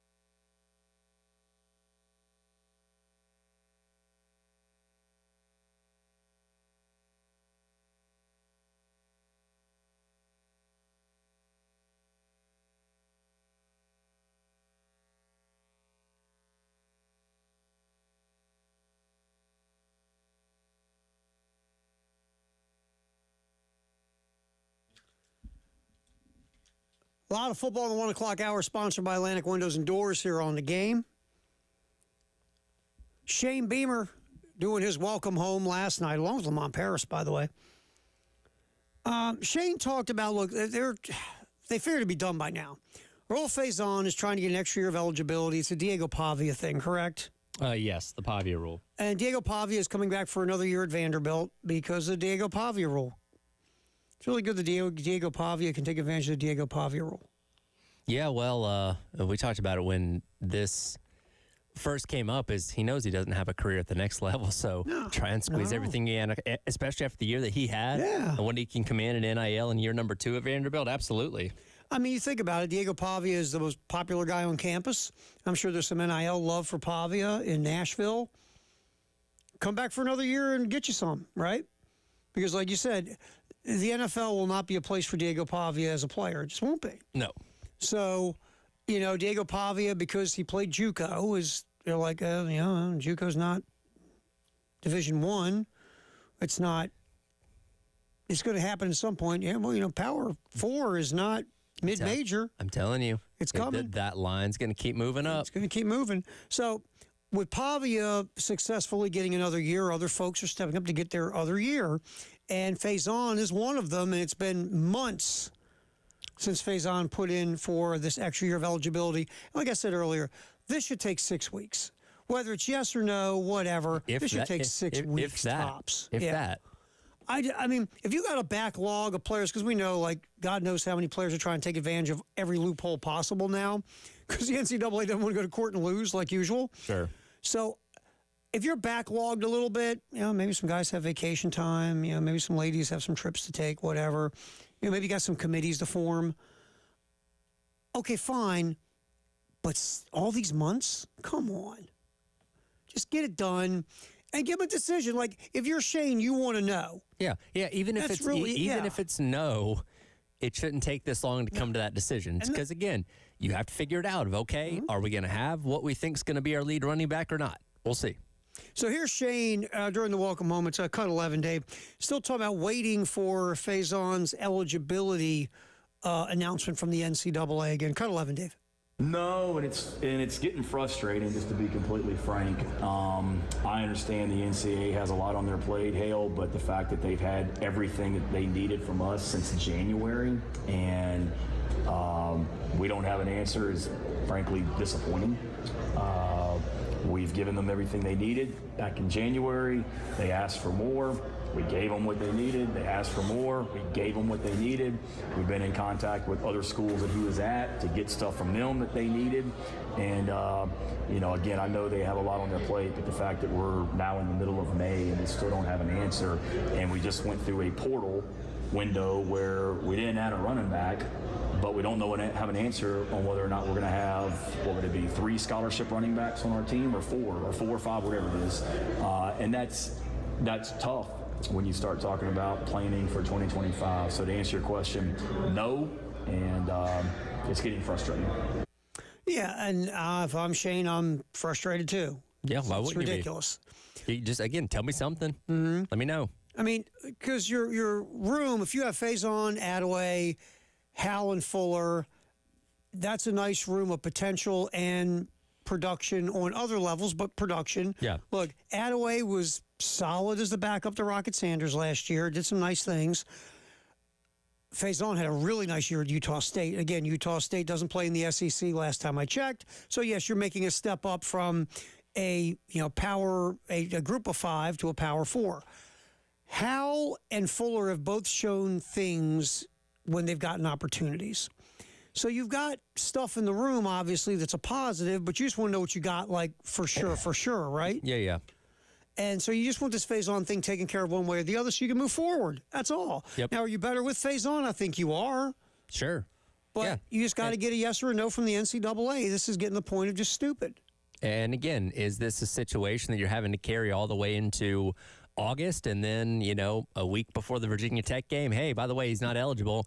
Okay, well, I guess Attaway's our lead back, and, now we're down to 3 scholarship running backs, something along those lines. And like Beamer said, if they would have known this was going to be a process and there was a chance that it couldn't get approved, maybe they would have gotten somebody in the portal or just add depth if nothing else. And now you're rightfully so getting frustrated because, again, there's no reason it should take this long. Now, I lean towards he's going to get approved because everybody gets approved with the NCAA unless they want to get taken to court again, which I'm sure there's some kind of lawsuit or case that you have if Faison doesn't get approved, because it always ends up being that way. But yeah, it's agonizing. Tyler, so if he goes to court, what are they going to say the NCAA is doing? Violating antitrust, because now, and again, he's a guy who has been in college since 2019, but he's only played 3 years college football. Right. Went to a community college, played 1 year there, but was on campus for another year. Went to a school and didn't play football. Was a gray shirt at Marshall. So, it's an interesting story, to say the least. But, again, he's played 3 years of football. So, theoretically, you would think he would have another year of eligibility. You would think this is kind of an easy one. And one of those years was a JUCO. Right. This should be an easy one, and it's taken way too long. And with the NCAA, there's no rhyme or reason, but you're right. In the world of the NCAA today, because they usually always lose in court, you might as well just give this dude another year and be done with it and move on. We talk a lot of football in the 1 o'clock hour, sponsored by Atlantic Windows and Doors. You see this whole thing, Clemson and Notre Dame will play for 12 years. I did see that. I think it's very interesting. I think it's really great for Clemson to be able to play a big brand like Notre Dame year in and year out, because Notre Dame, they might now look if Coach Freeman can sustain what started last year for Notre Dame, then they'll start getting the big TV ratings that they used to. They don't get the TV ratings of Ohio State or Michigan or those kind of schools anymore. But Notre Dame's TV ratings could get back up a notch or two if they continue on this path that Marcus Freeman has started. For Clemson, it's great because you're playing Notre Dame, you get more eyeballs on you, and it's all around good for both schools to be able to hook up to each other. I mean, look, Notre Dame needs no one. Sure. Because Notre Dame's Notre Dame. I mean, it's not trying to be mean to Clemson. Notre Dame needs no one. Everybody wants to play Notre Dame, right? Right. Whether they're any good or not doesn't really matter. And they've been on and off Brian Kelly. They were really good under Brian Kelly. It seems like Freeman has got them on the same path. But there have been years and more than just 1 or 2 years where Notre Dame's been nothing special, and still they're a marquee program and a brand. I think this benefits Clemson more than anything else. Like, we don't know what the playoff formats are going to be, next year, let alone 10 years from now, 10, 12 years from now. But, if we're still trying to impress committees with resumes and stuff like that, having what is probably going to be a team that's routinely in the playoff conversation in Notre Dame on your schedule, if you can beat them on a consistent basis, guess what? That's another, feather in your cap for your resume. And if you're Clemson, look, the ACC is not deep with quality teams, right? Right. So if you can put another game on your schedule that's going to hopefully build up your numbers to get into the college football playoff, good. And it's just good for you. And obviously it's good for business because it's Notre Dame and you get eyeballs and things of that nature and games at home. I mean, well, you're going to make a lot of dough. But it's just good for you all the way around. So 12 years. And we could see maybe, you could see other schools going this route as well, because we really don't know what's up in the future, right? Sure. So if you can ink up a game with a big brandish type of team, or a team that can help you get to the college football playoff or put money in your pocket, you know what? You do it. Yeah. So it makes perfect sense. We're talking a lot of football in the 1 o'clock hour, sponsored by Atlantic Windows and Doors here on the game. Don't forget baseball Thursday, Friday, Saturday against Auburn on the Plains. 7:45, everything gets rolling Thursday, 8 o'clock first pitch. It's Carolina baseball against Auburn on the road. You can hear it right here on 107.5 The Game in Columbia and our affiliate 100.3 The Game in Myrtle Beach. So how's the kicking situation at South Carolina? You're going to have a new long snapper, new holder, new kicker, new punter. Let's hear what Shane said during the welcome home. That's coming up next on the halftime show here on the game.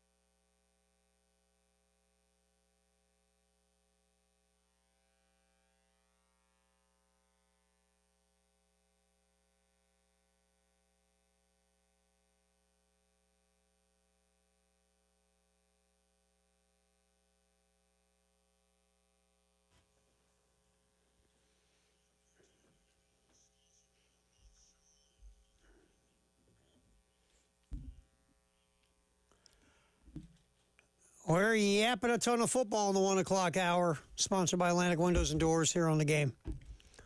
David Ayer steering the ship. Tyler Heads here. Terry Ford as we go till 3 here on The Game in Columbia, Florence, and Myrtle Beach. Appreciate you hanging out with us.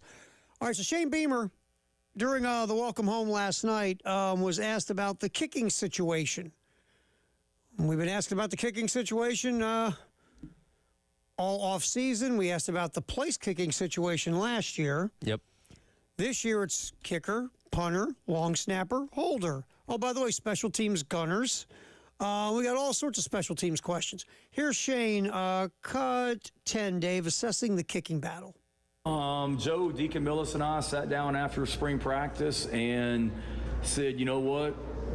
We don't feel like there's any kicker in the portal right now that, frankly, is better than what we have.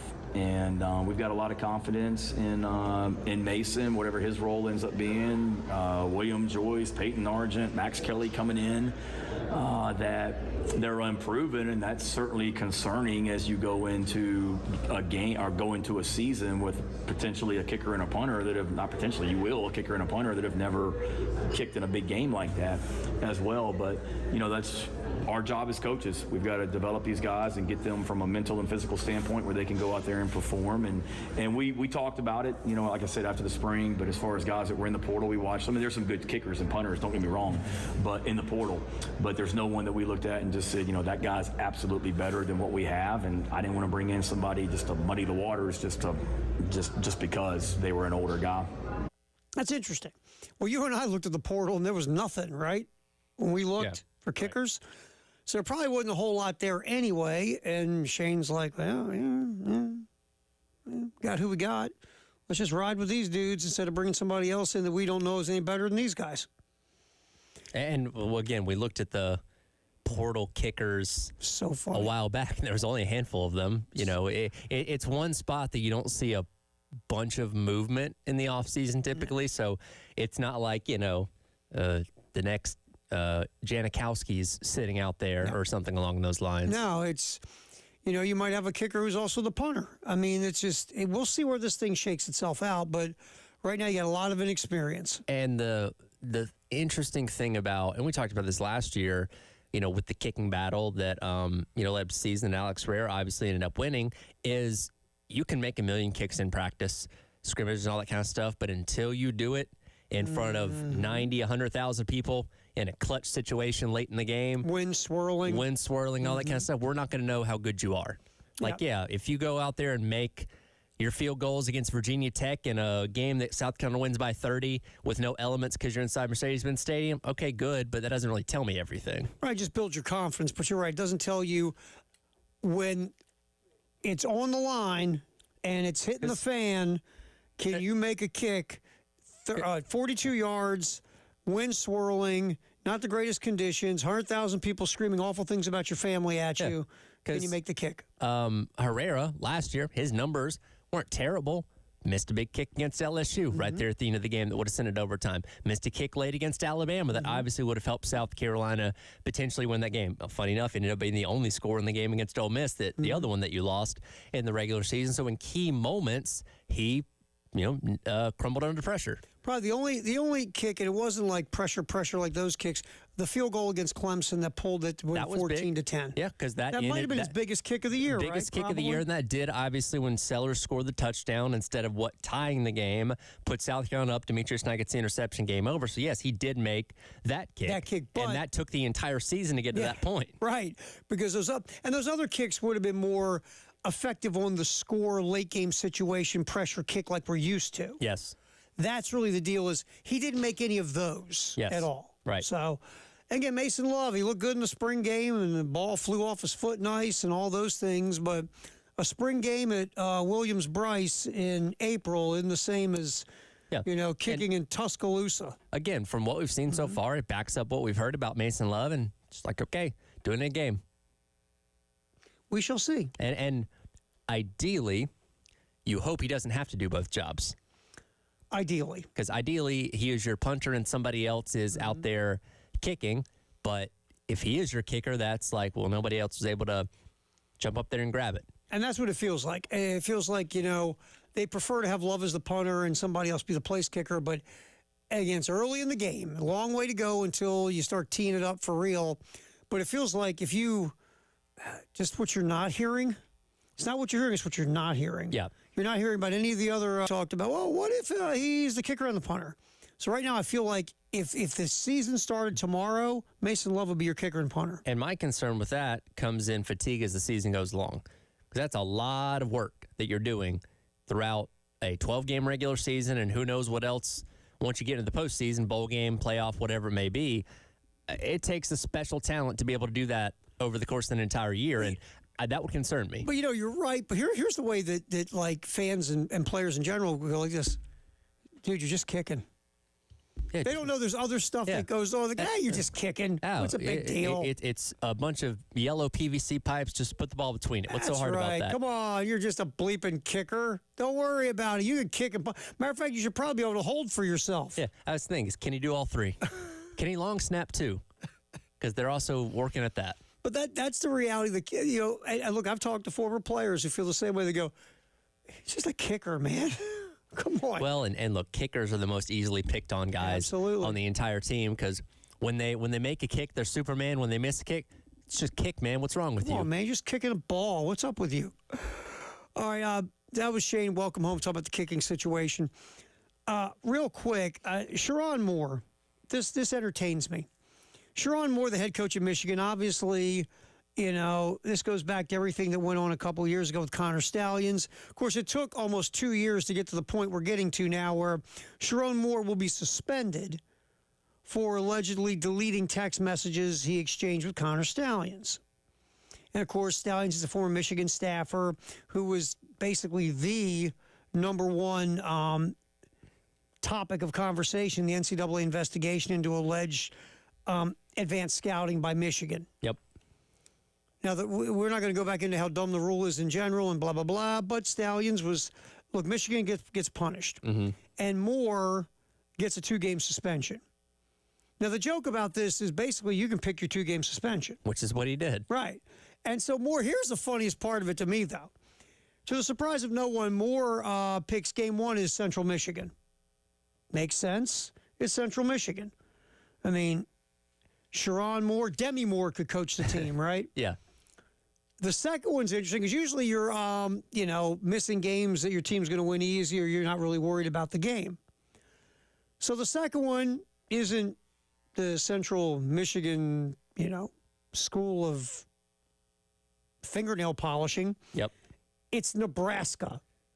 Well, and not only that, this is games 3 and 4 of the season. Mm-hmm. It's not because they start off with New Mexico and Oklahoma, which is his alma mater. He wants to coach against Oklahoma. And typically, when you have suspensions to start the year, you just miss the first handful of games. Mm-hmm. So instead, he's going to coach the first 2 games and then miss the next 2 games, which this is weird, right? Right. Why don't you just do this?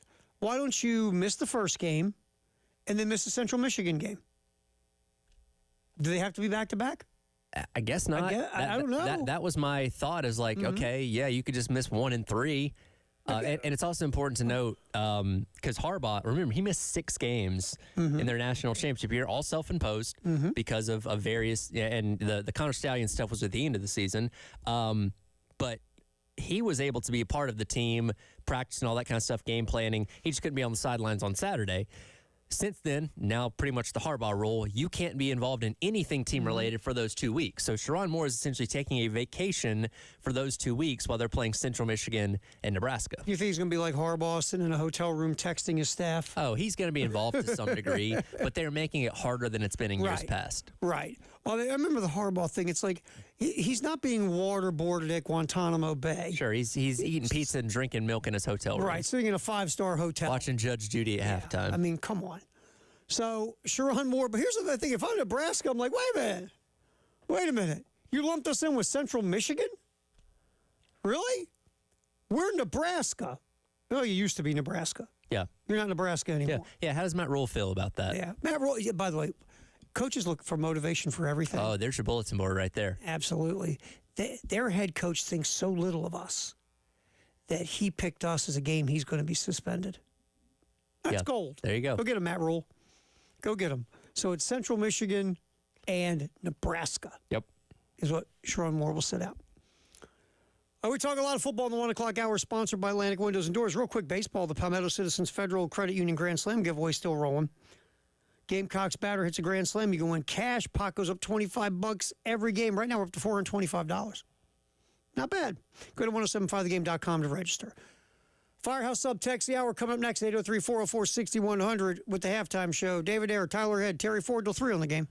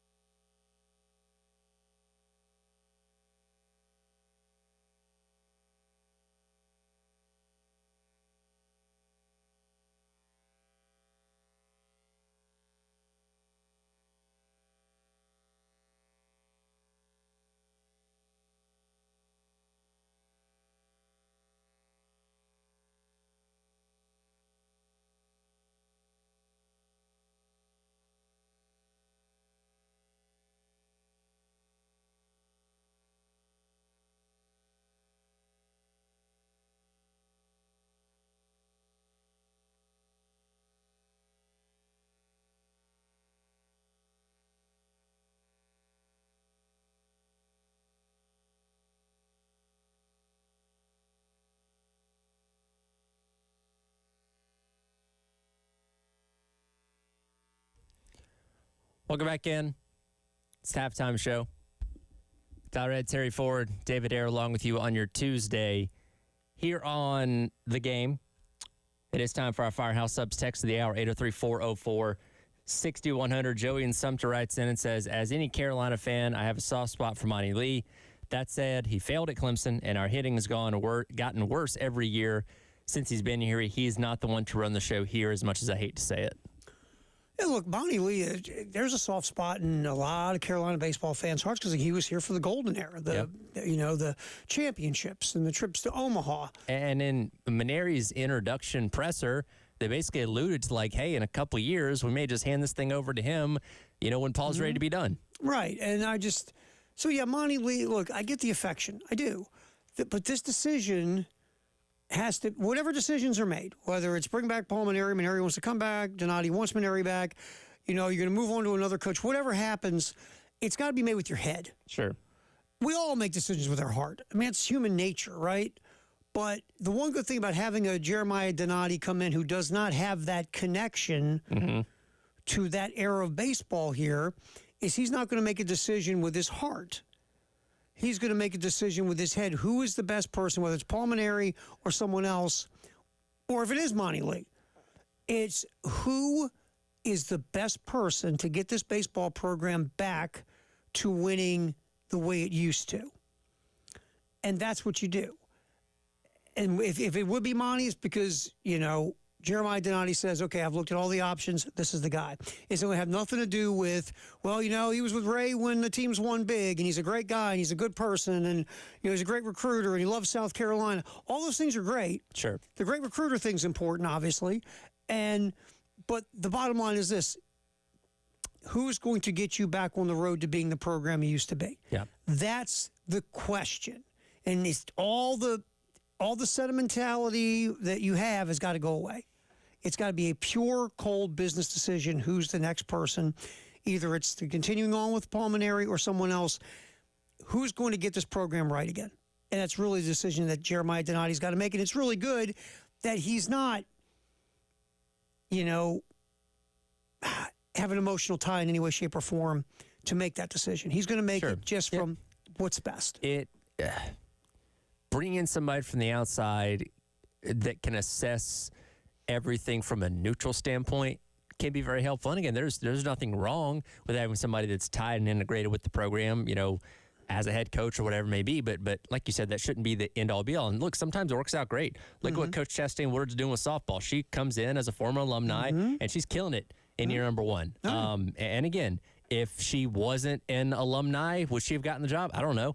But obviously it's working out, but that's not going to happen every single time. Here's the idea, I guess, for me, is, for an example, Kirby Smart went to Georgia, right? Yep. You think Kirby Smart is doing what he's doing at Georgia as a head coach because Kirby Smart went to Georgia? No. He's just a really good coach. Really good coach. Steve Spurrier is the best example of this. Steve Spurrier went to his alma mater, Florida, won a national championship. Steve Spurrier came to South Carolina, not his alma mater, and had a magnificent 3-year run. Had the most successful run in program history. Or won double-digit games, averaged almost 10 wins a year for 5 seasons, was not an alum. It's not about being an alum. It's not about growing up in the state or the region or the area. It's about, are you the best coach to win? And if you are an alum, hey, you know what? Great. Sure. If you are from the state of the university and you love the university, great. But the number one thing is, can you win? Jim Harbaugh went to Michigan. That's not why Michigan won a national championship, because Jim Harbaugh might be the best football coach in the country. Sure. That's why you won. And I just think sometimes we get, and look, again, it's human nature. We all love our hometown teams. We all do. And we all love the people who played there or have a connection there. We want to win with those people. But sometimes you got to take the heart out of it. That's what I'm saying. And we talk a lot about the importance of coaches that do embrace the community, ones that want to be here, ones that understand. Because, again, this city and the school go hand in hand. It's not like some places, hey, Georgia Tech's in the city of Atlanta, but you don't have to be ingrained in Atlanta to, be good at Georgia Tech or whatever it may be. But here you have to be ingrained in Columbia to kind of capture the fan base, right? And some coaches can do that really well. Some coaches can't. Again, that was a knock on Coach Kingston, was that he just never really seemed to embrace what it meant to this fan base or this community and city and all that kind of stuff. It wasn't a knock on him on the baseball field necessarily, but it was something that rubbed a lot of people the wrong way. And by all accounts, it seems like Coach Kingston's done Coach Mainieri's done a pretty good job of embracing that since he's been here so far. But again, not everybody does that. And look, Shane Beamer's done it, and Shane's not from around here. He just loves it here. Now, he'd been here before, so he understood what he was coming into. Right, but he didn't grow up here. He didn't go to school at South Carolina. He's not from the state. Ray Tanner went to NC State and is from North Carolina. Don Staley didn't grow up in South Carolina. Steve Spurrier didn't grow up in South Carolina. Frank Martin took South Carolina to the Final Four in men's basketball, didn't grow up in South Carolina. I understand the pull of your own, because I grew up in a place a lot like this where your own mattered. Yep. And your own was always looked on at a high level, and your own got a lot more passes and a lot more love. I get it. But to make the smart choices, sometimes you got to step back and use your noggin and not your heart. So we'll see where it goes. But it was a very interesting text at 803-404-6100 Firehouse subtext line. We appreciate that very much. What's trending at 2 is coming up in the 2 o'clock hour. We'll go back, get some Paul Mainieri and some Lamont Paris. Of course, Paul Mainieri on with the post-game show, like always, yesterday at 5:15 with Jay and Elijah. Lamont Paris, like Shane Beamer, doing the Welcome Home Tour. South Carolina thought they had a bucket getter in basketball, had a commitment, but guess what? Didn't show up. Nope. Lamont Paris will address that next in what's trending at 2 from the Welcome Home Tour last night. It's a halftime show with Tyler Head and David Aaron and Terry Ford rolling this baby up until 3 on the game.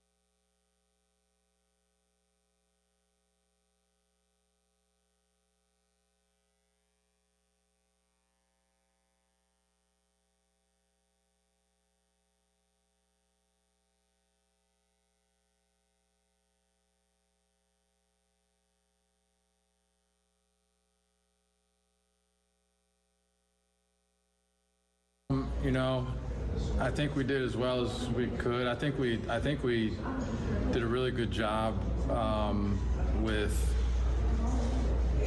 making pivots when you had to make pivots, and that's just, you have to adapt. And so I thought we did a really good job in some situations where it looked like one thing was going to happen, something else happened, and that's happening more now than ever before. You know, it used to be we thought we were going to get a commitment from this kid, and then you lose it in the 11th hour to someone else. You kind of sort of thought you were going to get it done, but it didn't, and then you have to pivot. Now it's like you get a commitment. I don't know if that's a word that we should call it anymore, but this thing happens to where you're in an agreement of what's going to happen, and then that changes 3 weeks later. Right? And you've been counting on something for 3 full weeks, and then you have to pivot. So I think we've done a really good job of turning the page, getting on to the next, gathering information quickly, developing relationships with the people that you can as quickly as you can, and then assessing. I think it's constant assessment of what you have, what you need, what you might potentially need. And then we did all that again with Colin Murray-Boyles out there too, and it's like, okay, here's a player you can take, but if Colin comes back, that doesn't really work, those two together, but he's a really good player. If Colin doesn't come back, he's the perfect fit for us.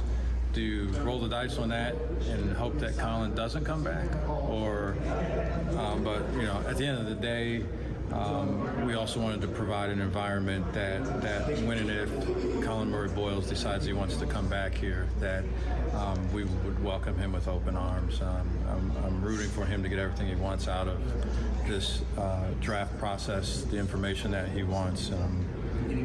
But certainly if he decides that the future involves coming back to Columbia, we would be ecstatic about that, and we've put the pieces in to surround him in an environment where he can be extremely, extremely successful. All right, so there's Lamont Paris, which Trending at 2, sponsored by Traditions Fine Jewelry and Gamecock Traditions here on the game.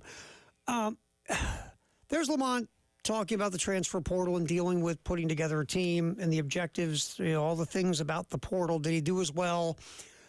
And first of all, you know, Lamont said something kind of interesting. We're going to get to this cut about, you know, our guy Eagle Staff, who's now at West Virginia.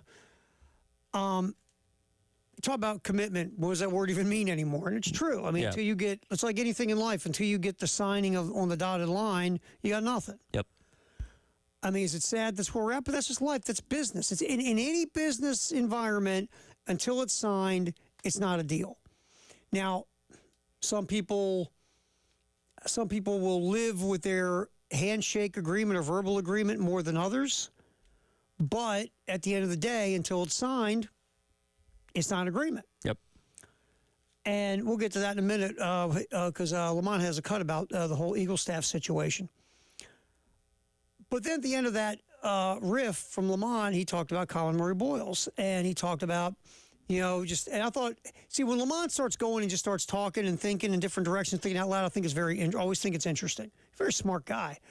And he's talking about, well, what do you do? Do you recruit a guy who, you know, could play the same type of way that Colin Murray-Boyles in case Colin Murray-Boyles comes back? How are you going to space the floor with this guy? Or do you just have this guy, and if Colin Murray-Boyles doesn't come back, then you've got this guy, but if not, then you'll figure. Again, I'm not saying you should shut the door on Colin Murray-Boyles at all, because until June 15th, like the great Lloyd Christmas said, there's a chance. There's a chance. Yep. Great philosopher. Mm-hmm. But I also think you got to be realistic while you're keeping that door open, that, you know, realistically, Colin Murray-Boyles could very well end up in the NBA draft. And if you're building your team with that hope that Colin Murray-Boyles is coming back, I don't know if that's the right path, because I just think every one of these things is fluid. And it just feels like seeing everything you see that Colin Murray-Boyles will end up in the NBA. Because of just everything is out there is like, look, this guy brings this, and this to the table. He brings a lot of positives. He can guard multiple positions on the floor. He's a good rebounder. Smart guy, high basketball IQ. You can facilitate offense through him. The one knock against Colin Murray-Boyles, the major one is he's not a three-point shooter at this point in his life. Could that change? Sure. Yeah. But right now, that's the knock. And, can you put the ball on the deck a little bit better? Yeah, those two things are the biggest negatives. Well, everything else is so phenomenal of a positive that he's going to go in the first round of the draft. I would be very surprised if he didn't. And if the intel comes back to what we're reading and seeing and hearing, he should be a first-round pick and stay in the draft. Mm-hmm. And if you're Lamont Paris, I get it, man. You'd love to have this dude back. And maybe he's saying to you, Coach, I really don't know what I'm going to do yet, or I'm leaving all my options open. That's great. But you've also got to realistically look at the lay of the land and say, am I going to build a team on the idea that I could have Colin Murray-Boyles back, or am I going to build a team, and if I get him back, great. Sure. I think you go with B. If I build a team, but then all of a sudden he's going to come back, great. I'll figure it out with that talent, right? Yeah. But am I going to build a team with the hopes he's going to come back? Shouldn't. I don't think you should. That's just me. I'm sure Lamont would sit here and give you 50 reasons why he's thinking the way he's thinking. It just feels like that's almost, I don't know if it's just saying it because you feel like you need to in case you could get him back, or are you really in your mind thinking, we have a chance here to get him back, so I don't want to do this, or this. Man, I would just build a team, and if he comes back, that's gravy for me. You hope that at some point next year, assuming he does not come back, we're sitting here saying, man, if instead of having that slot open for him, with the hope that he came back, what if they filled that with whatever they ended up needing? How much better this team could have been. I hope we're not having that conversation. Me too. I'm with you 1,000,000,000%. I hope we're talking about a really nice season and all these pieces came together and we saw more of what we saw 2 years ago. Yep. That'd be so cool. That would be. All right, also, Lamont Paris, let's get to this one, Dave. Speaking of Mr. Eaglestaff, who for what? Few days was a Gamecock, kind of, sort of? Yeah. And then now is a West Virginia Mountaineer because he decommitted to South Carolina and decided to go to West Virginia. And the feeling is that there were more bags sitting in his porch from West Virginia. We can't prove that, but that's the feeling. Yep. Here is Lamont Paris talking about the Eaglestaff situation. Cut 17, Dave. Well, here's what happens, and this I don't know, atmosphere has been created, and not by these young men, but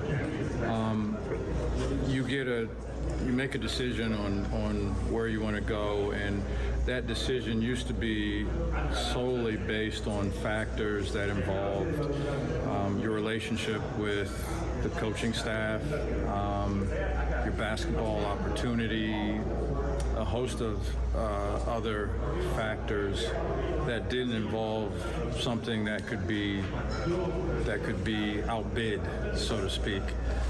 But now money is also a factor, and I don't begrudge that from any of these guys. But money is a factor, and one thing someone can do if you decide to go to a school and you say, hey, I feel like I connect with these coaches better than this other school, and so I make my decision based on that. What the other school can't say is, hey, we're going to have a better relationship now.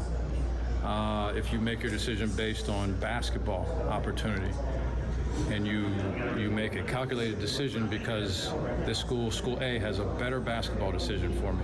School B can't come back in 3 weeks and say, I got a better basketball situation for you, all of a sudden. There are most factors you cannot do that with. One factor you can do that with is money. You can have more money and bolster your offer in that way. And I think that's happening, unfortunately, in the environment that's been created. And so it's making some kids reevaluate decisions that they made under all the right circumstances. Yeah, I get it. And it's the way of the world now. But yeah, Lamont Paris is saying, the old days, It was about basketball circumstance. Maybe, okay, can we win here? Can you get me to the NBA? You know, things like that, right? Yep. And now it's, yeah, can we win here? Can you give me the NBA? And by the way, how much money are you giving me? Mm-hmm. And another team can show up and say, how much they giving you? We'll give you this. And now, again, that comes to Lamont then. If South Carolina then hears West Virginia's offering more money than the Gamecocks, then Lamont has got to make a decision. Do I beat the offer or do I not beat the offer? Or can I beat the offer? That's the other thing. Maybe you couldn't. Yep. Because you got to build a team. I mean, you've pretty much flipped your team upside down through the portal this year. You've only got a few dudes coming back. And so maybe you couldn't. I don't know. Or maybe you said, you know what? It's almost like the Ozzie Newsome, who was the GM of the Ravens, always had a great had a saying that I always liked: right player, right price. Because the NFL is a salary cap league, and there's a certain price you're not going to pay certain players or certain positions. You're just not. Mm-hmm. And maybe that's kind of what Lamont could be thinking. If Eagle staff got a better offer, all of a sudden West Virginia came back with more money. Let's just go down that road. Then South Carolina's got a decision to make, right? Sure. Either beat it or don't. And either they couldn't beat it financially, or Lamont went, you know, you ain't worth that much. And if it comes down to trying to match a number, again, we know that South Carolina this past year was not towards the top end of NIL in the SEC, and we're assuming that probably got better. Hopefully it got better this offseason. So whatever Eagle staff would have commanded, what is that taking away from, or again, this bidding war with West Virginia or whatever? If you're promising him X amount, are you now taking something out of another player, or where you could have potentially gotten somebody else? We don't know. And again, these numbers aren't public. We can only speculate at this point. But like I said, those are things you do have to consider. As much as you'd love to have them there, it may not be feasible for you to do that. It may be. Remember, this was a guy that was looked at by other Power 4 schools. Remember, when South Carolina got Eagle staff, we all said, well, Gamecocks have more money to spend, obviously, because you have to spend some money to get this cat. Right. And then all of a sudden, West Virginia obviously came with more money. And Lamont pretty much said it. Yep.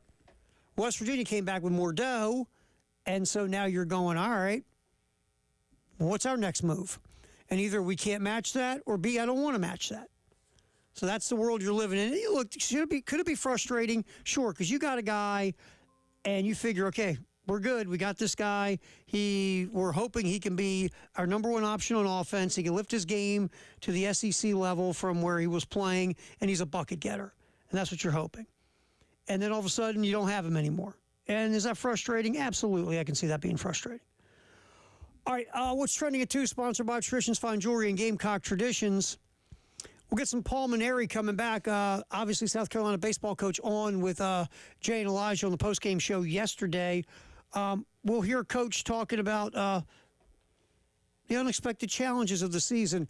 And a coach got an extension. It's a very interesting story. It's all coming up on What's Trending at 2, sponsored by Traditions Fine Jewelry and Gamecock Traditions, right here on The Game.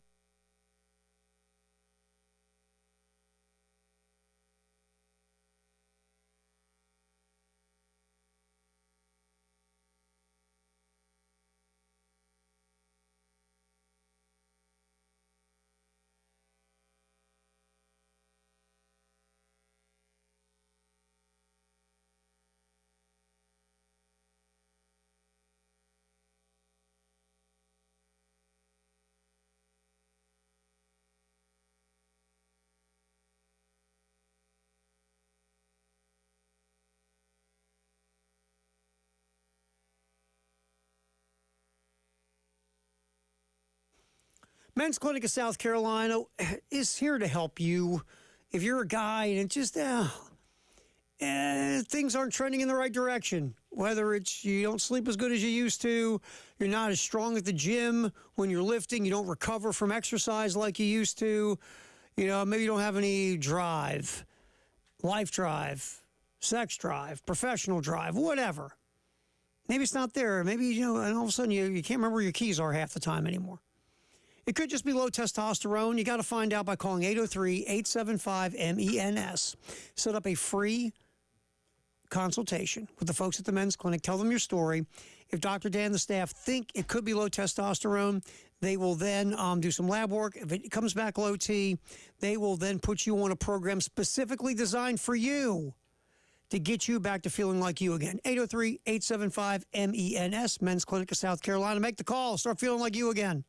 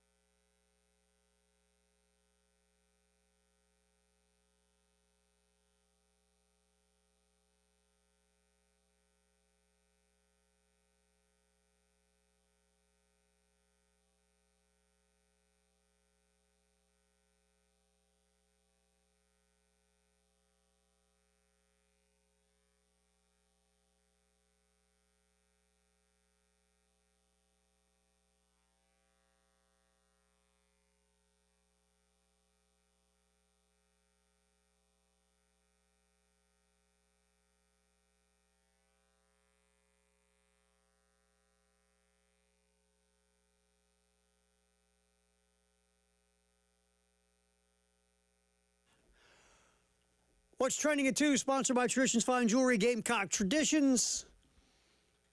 Tyler Head's hanging here. David Ayers here. Terry Ford, we were going till 3 on the game.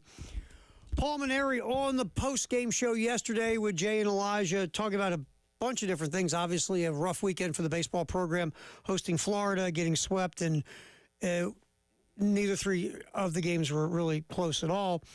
Here's Coach Mainieri talking about, in a very tough season, the unexpected challenges that he and the program has faced. Cut 2, Dave. Well, first of all, I think what I said to you was a little bit misconstrued. What surprised me was how much bigger and stronger the players were and how hard the pitchers are throwing. Throughout my 15 years at LSU, you never saw anybody throw 98 miles an hour. You didn't have faced lineups that every player was 21, 22 years old. Some teams would have a good year and then they'd have a rebuilding year. They'd have to let their freshmen grow, and you have a few junior college transfers. But because of this transfer portal,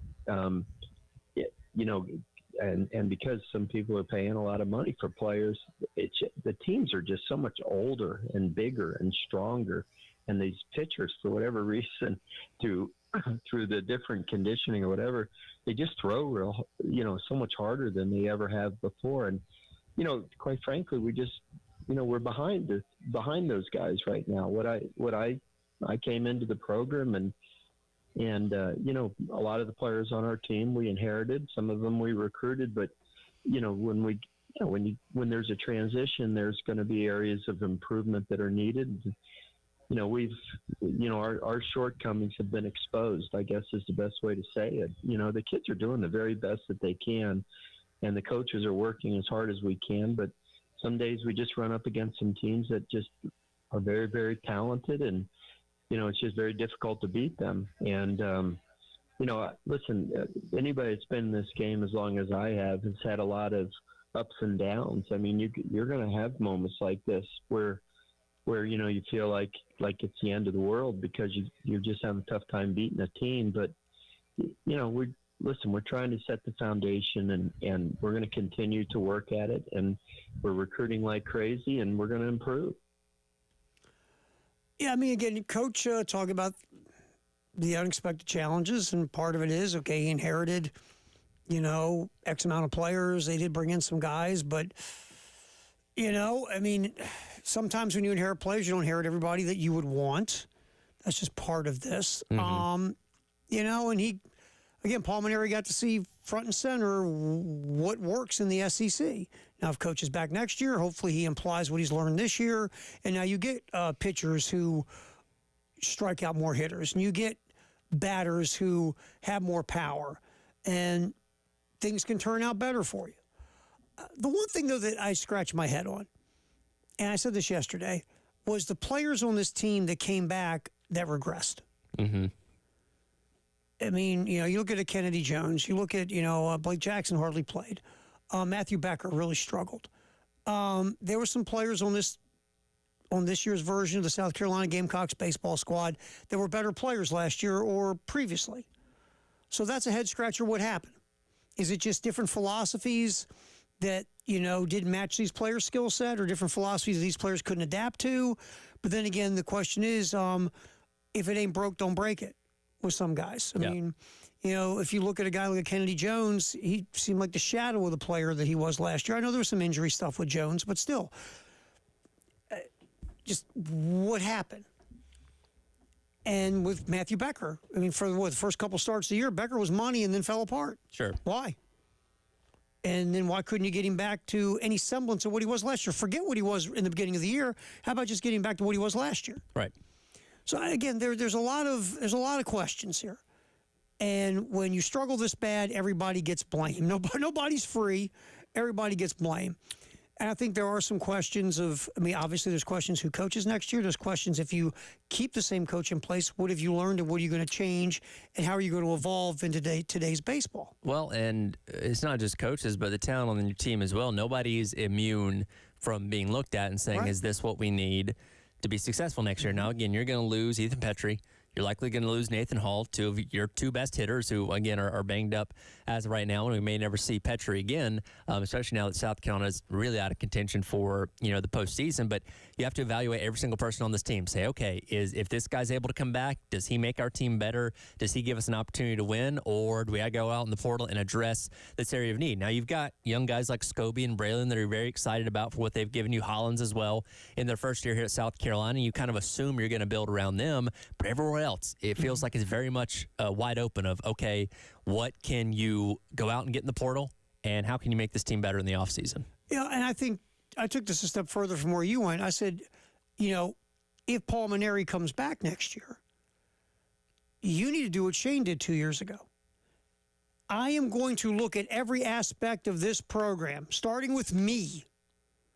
What do I need to do different? What do I need to do better? What did I used to do that I can't do anymore? What do I need to add to my arsenal as a coach? What have I learned from this year in the world of baseball in 2025 that I have to adapt to my skill set? You start with yourself, and then you move through my coaching staff, my players, strength and nutrition.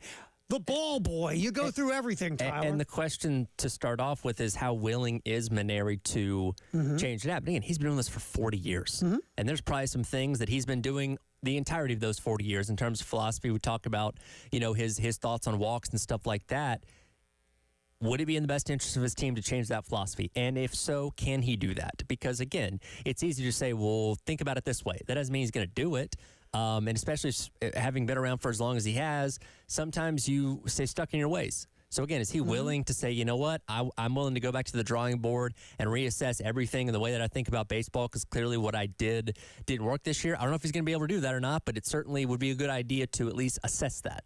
It's true. You just have to look at everything. You've got to be to that point where you say, okay, I need to evolve in some way, shape, or form because this game has evolved. It's just a different game. Yeah. Like it, hate it, doesn't matter. It's just a different game. And you got to jump on board and understand that.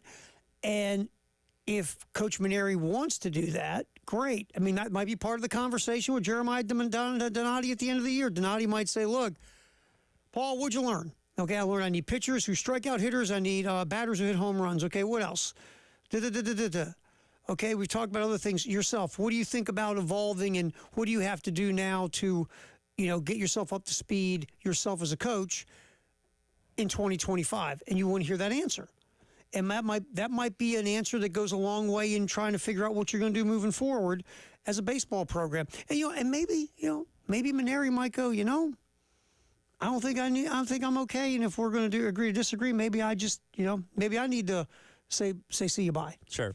We don't know what's going to happen at the end of the year. Paul Mainieri yesterday said he's coming back. And he was very emphatic about it. But again, he had to say that in some way, shape, or form. I thought it was a great question by Jay and Elijah to ask him because everybody's thinking it. And that's what you got to do.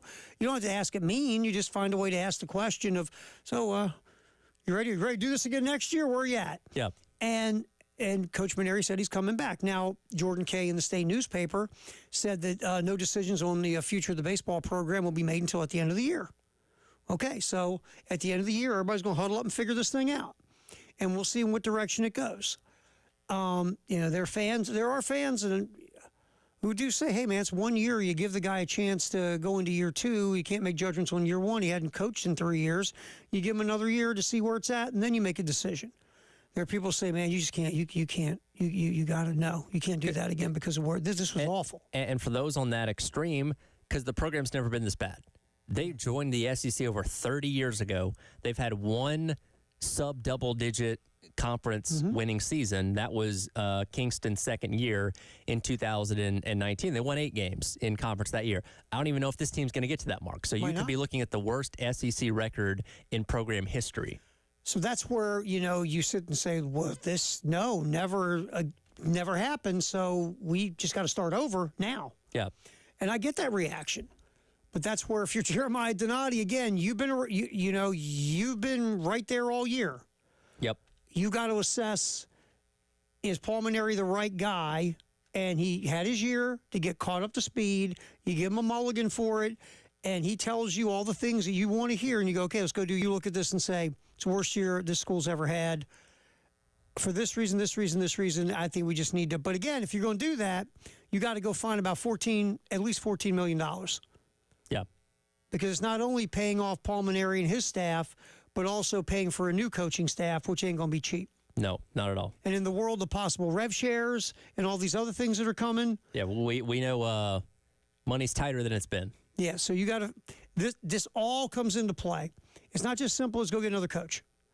The next thing is, A, do you have the money to pull it off? And then B, will you have enough money to go attract the right coach? So my head hurts. Mine too. Greatest day in the history of the world. Was it May 6th? Let's talk about that next here on the halftime show on the game.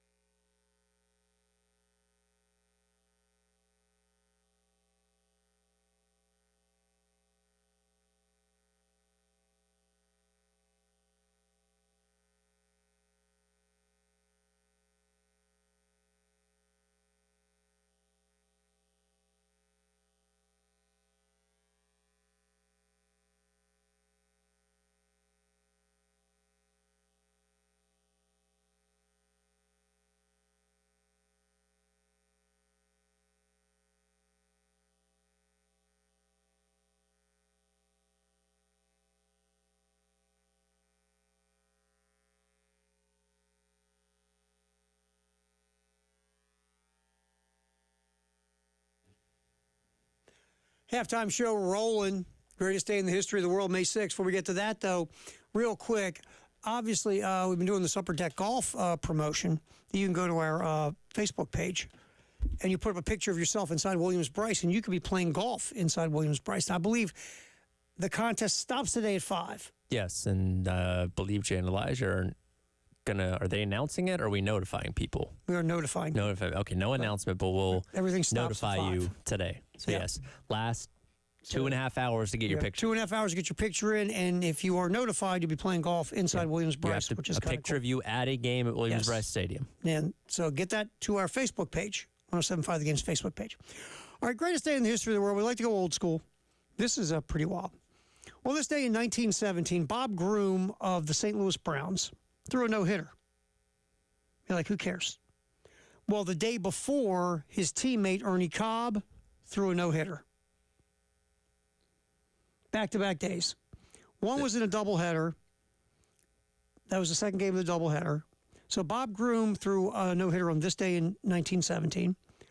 Ernie Cobb, the previous day, threw a no-hitter in the second game of the doubleheader. So guess what? Back-to-back days, teammates threw no-hitters against the Chicago White Sox. That I'd be willing to bet is a record. Has to be. Now, here's the funniest part of no-hitters. There are great pitchers. Like, I don't think Greg Maddux ever threw a no-hitter. I don't believe in his career. There are great, great pitchers. I don't think Pedro Martinez ever threw a no-hitter.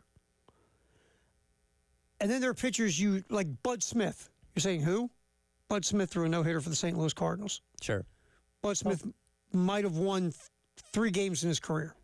Well, and look, it all depends on a pitcher having a good day, the opponent you're going up against. Like last night, A.J. Smith-Shawver with the Braves had a no-hitter going up until the 8th inning against the Reds, so all right. No big deal there. But still, he was 6 outs away from having a no-hit bid, and he would have been the first Braves pitcher to do that since 1994. Right. And so again, all the great pitchers that have taken the ball for the Atlanta Braves. It's all circumstantial. And you got to get some luck. Somebody's got to make a big play for you. I did think it was funny because the rule with no hitters, right? If you're on the team, don't say anything to the pitcher. Can't say a word. Especially once you get like 3-4 innings in the game, let him go sit on the end of the bench. Don't talk to him. Don't bring it up. I'm sure he's aware of it. Don't bring it up. Last night watching the game, ESPN little notification dropped down and said, "Hey, alert! A.J. Smith-Shawver, no hit through seven innings," and then immediately comes up in the 8th and gives up a hit. So it's ESPN's fault. Yeah, it's ESPN's fault for cursing him. They screwed it up. All right, so just for the example of this guy, Ernie Cobb, my bad, Ernie Cobb, in his career, nothing special. 3.13 ERA, which back then was probably not as good as we think it is. 23-31 one-loss record. That was it. Didn't pitch a ton. Through, what was it, 4 years in the majors, but did throw that no-hitter. His running mate for this whole thing, Bob Groom, pitched a little bit longer, but a losing record back when one-loss record mattered. 119, 150. ERA about the same, 3.10. But neither one of these guys is like in the Hall of Fame or is a wow pitcher. But back-to-back games through no-hitters. Crazy. And that's just like you said, that's just the randomness of no-hitters. Greatest day in the history of the world. Here on the game as we spin through. We're going to go a little current now, Tyler, as we move through this. 1973. You remember the New England Whalers, right? Sure. Yeah. They beat the Winnipeg Jets 9-6 to win the first World Hockey Association Championship, the WHA. Now, again, Winnipeg ended up in the NHL. The New England Whalers became the Hartford Whalers. You know what other team came from the WHA? This team called the Edmonton Oilers. Okay. And they were pretty good. I believe that's also the league where Gordie Howe and his sons all played together on a team. So the WHA had something going on for a little bit back in the 70s and I guess early to late 70s. Also, greatest day in the history of the world. 1982. Seattle Mariner pitcher Gaylord Perry becomes the 15th hurler to win 300 games. Gaylord Perry, I think, pitched for every team in the majors. And Gaylord Perry went to the mound every day covered in Vaseline. And if you looked at Gaylord Perry, he looked like your grandfather who's an electrician. You would never look at Gaylord Perry and think he was a major league pitcher who won 300 games. That's back in the day where, pitchers looked like that. Wilbur Wood was another dude who was kind of a tubby guy. I remember David Letterman made a whole bit on Terry Forrester saying he was a fat tub of goo. Yeah. And it became a bit. I think Forrester was on Letterman back in the day. But Gaylord Perry, and again, I say this all the time, we laugh and think Gaylord Perry's a cute, cuddly old tubby guy. Mm-hmm. But he was doctoring the baseball probably every start of his major league career. Hmm. And we go, oh, that's cute. Okay, all right, well, that's cheating, though, right? Bang garbage cans on the dugout. Yep. We want to put you in prison. Take steroids. We want to ban you from the country for life. But be a older tubby guy and doctor the baseball, and we think you're cute and cuddly. I love baseball. Makes me laugh. That's funny. All right. On this day in 1994, Lennox Lewis knocked out Phil Jackson. That's awful. Okay, not that Phil Jackson. Lennox Lewis TKO'd Phil Jackson in the 8th round to retain the heavyweight championship. Rick Pitino became the head coach of the Boston Celtics on this day in 1997. I get it. Rick Pitino made a lot of money. He wanted to get back to the NBA. It was a disaster what happened in Boston with Rick Pitino. And then he went back to college, won a national championship at Louisville that really doesn't exist. It's one of those vacated jobs. Yep. No. 1998. I'll say, not that we didn't see it or anything. Yeah, well, they did the Men in Black pen in front of us, so we don't know what happened. Kerry Wood, Chicago Cubs rookie on this day in 1998, tied the Major League record with 20 strikeouts in a 9-inning game. I went, my birthday, when I was working in Wisconsin, my ex got us tickets to Wrigley Field, and Kerry Wood pitched. Kerry Wood could throw, man.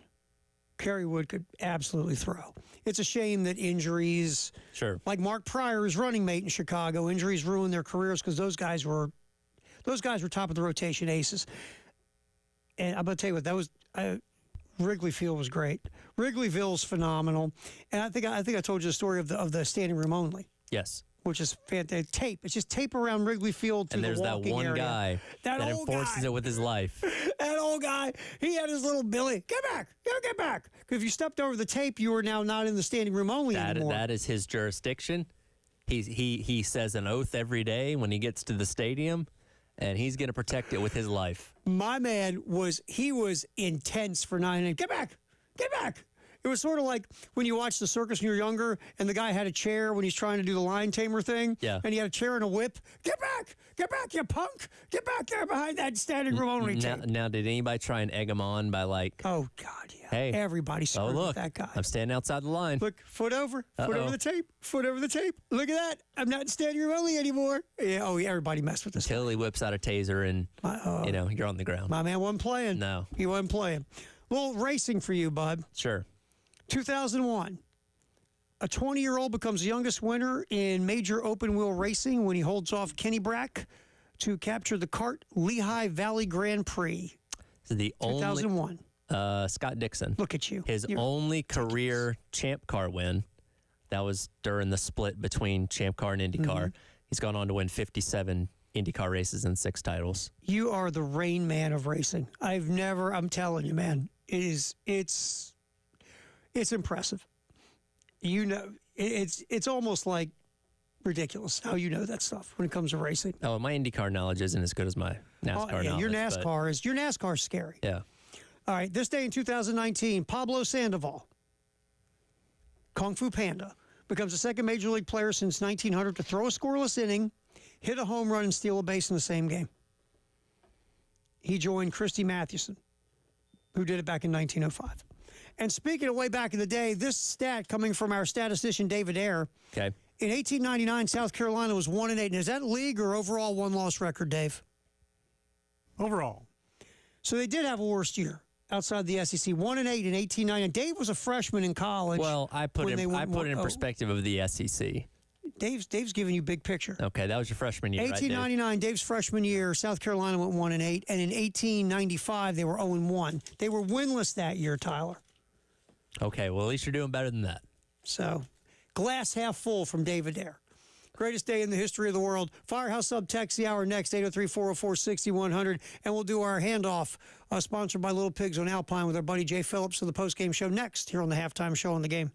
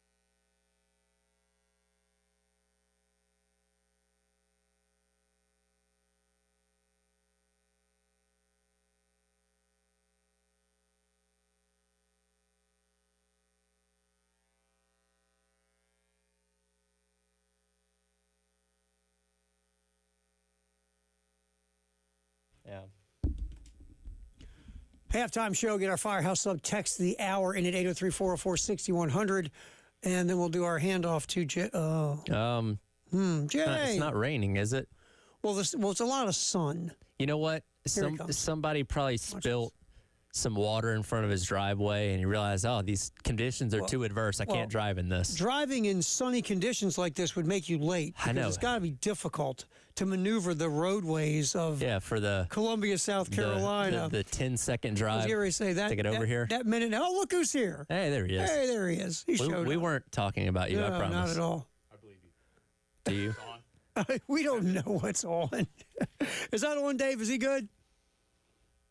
I can't. 3's bad. Go to 4. Yeah, go to 4. Yeah, this one's messed up. Just The go other to day, 4. this one. There we go. Listen to you go. Okay, I'll put some headphones. Good to see you. I apologize. I won't bore the audience, but I'll tell you boys later what I was doing. Well, I tell you what, thanks for braving the tough conditions to get here. Yeah. It is a nice day. Maybe that's what I was doing. Yeah, exactly. He's not that sweaty, so he didn't spend too much time outside. No, but I am kind of, but not too bad. You're all right. You look good for the video. Thank you. Got your makeup on. You ever notice that here, as we've moved along more and more video, Jay's, I think he looks younger. Yeah, Hair looks different. He's got the makeup girl that There's sets no him doubt. up when he gets here. You know, he's got the palatial Phillips compound. He has his own makeup artist. Yeah, well, before he when you leaves. started putting us on camera, he had to make sure he looked you good. live with, 5. Well, I don't really live with 5 females anymore because a few of them are out of the house. But, yeah. So basically, you know how to do your own makeup. Sure. Sure. And yet Gunnar the other day was like, he's got gray hair and bags under his eyes and looks like hell. And I'm like, oh, thanks, man. Yeah, because Gunner's a supermodel, I was getting ready right? to say, because Gunner's got that Brad Pitt look going. So, we do what we can around That's here. right. Yeah. That's right. So what'd you think yesterday of your conversation with Coach? Well, I look, you can look at it however you want, whether you're someone in his position or someone in the audience or anywhere in between, or we have a job to do. He has a job to do. And let's face it, the chatter of late is beyond negative, and a lot of it centers around the job that's being done. So I had to ask him if he had any of those kind of conversations. I wasn't at all surprised at his answer. And there's certainly a strong case to be made, as I think anyone would agree, that if given a different set of tools, there could be the possibility of a return. This is an incredibly gifted and successful coach. Mm-hmm. That being said, I just don't know. He's got to have so much to turn around. Yeah. Anybody does. Anybody does. You, me, him. Yeah. The ghost of Casey Stengel. I mean, That'd be a fun one to watch. That'd be interesting. Interesting. Yeah. Of course, that ghost would be, about 100 well, he's a ghost, man. Doesn't matter. Man. Doesn't matter. The thing is, I don't think Casey Stengel ever recruited. So. Yeah, he probably didn't work a lot of NIL back in those days. I just, But I wasn't surprised by his answer. No, not at all. I mean, I think that's what you have to say. Whatever's going on in the recesses of your brain, you got to say that. You just have to say, I'm coming back. And I felt like I had to ask. No, you absolutely had to You ask. asked it perfectly. Yeah. Yeah. It wasn't we talk about this all the time. It's how you ask questions, how all of us do in this business. You can ask questions where you get a really good answer, or you can ask questions in a combative way that just get you a combative answer that doesn't really tell you anything. I thought you did a hell of a job asking the question in the way you framed it that made him comfortable in answering the question. And I think he said what we expected him to say. Now, what's going to happen at the end of the year? Jordan Kay in the state today said, well, there's no decisions to be made till the end of the year about the baseball program. So we'll see where it goes. The one thing I liked that Mainieri did say was, I understand it, man. I need pitchers who can strike out hitters and batters who can hit home runs. Yeah. So it seems like he's gone through this year and he realizes where baseball is in 2025 in that aspect. I just want him to like walks, Jay. Yeah. Can we get him to like walks? Yeah. Can we get to the point where he can embrace a walk? Walks. The Yes. offensive Yeah. walks. Yes, we saw a lot of the other walks. Not the offensive walks. Right. Right. So, I mean, look, I told you this yesterday. I think it's akin to what Shane did after 5 and 7. And we had Shane on many times after that season. Shane's like, Shane flipped everything, flipped every rock up and looked at everything, including himself. Mm-hmm. What do I need to do better? My coaches? Do I have to shift around coaches, players? What do I have to do? What do we need to do as a program never to repeat this again? And I think that's what Coach has to do. If Paul Mainieri comes back, That has to be what needs to be done here, and that's looking at yourself. How do I evolve? Do I coach the game the same way I did 5 years ago? Has the game changed so much that I need to evolve in different directions? Do I want to? Right. Who knows? Yeah, the basic fundamentals of how he wants to coach, I think he can certainly continue with. But when he told us, and he made mention yesterday, maybe my comments were misconstrued when I said I had underestimated the strength of the league. And I see what he's saying up to a point, but let's face it, guys, even he's kept his eye on it, you know, but even think about the 3 years that he was gone have been 3 of the most tumultuous and transformative years that college sports has seen since World War II. Mm-hmm. And I'm not saying that means that the SEC suddenly had an even greater influx of talent, but at the same time, so many more schools in that, Georgia, Kentucky, Tennessee, rising to the top. It's, you know. And then the whole other thing gets thrown into Texas this. Comes into the league. I know, in Oklahoma, Yeah. they like baseball. And the other part of this is you need a lot of, if you decide to go another direction, hopefully you brought a big checkbook with you. Yeah. Because you got to spend a lot of money to change all this up. Or you got some donor who's willing to sell a boat. Yes. And that'll just mean one of them small 14-foot Duracrafts. What do you got coming up, dude? We got Jack Veltri hanging out talking a lot about this. And I think even Elijah's going to get up from his nap and say, hey, Maybe he might drop in here we'll later. see what he can do.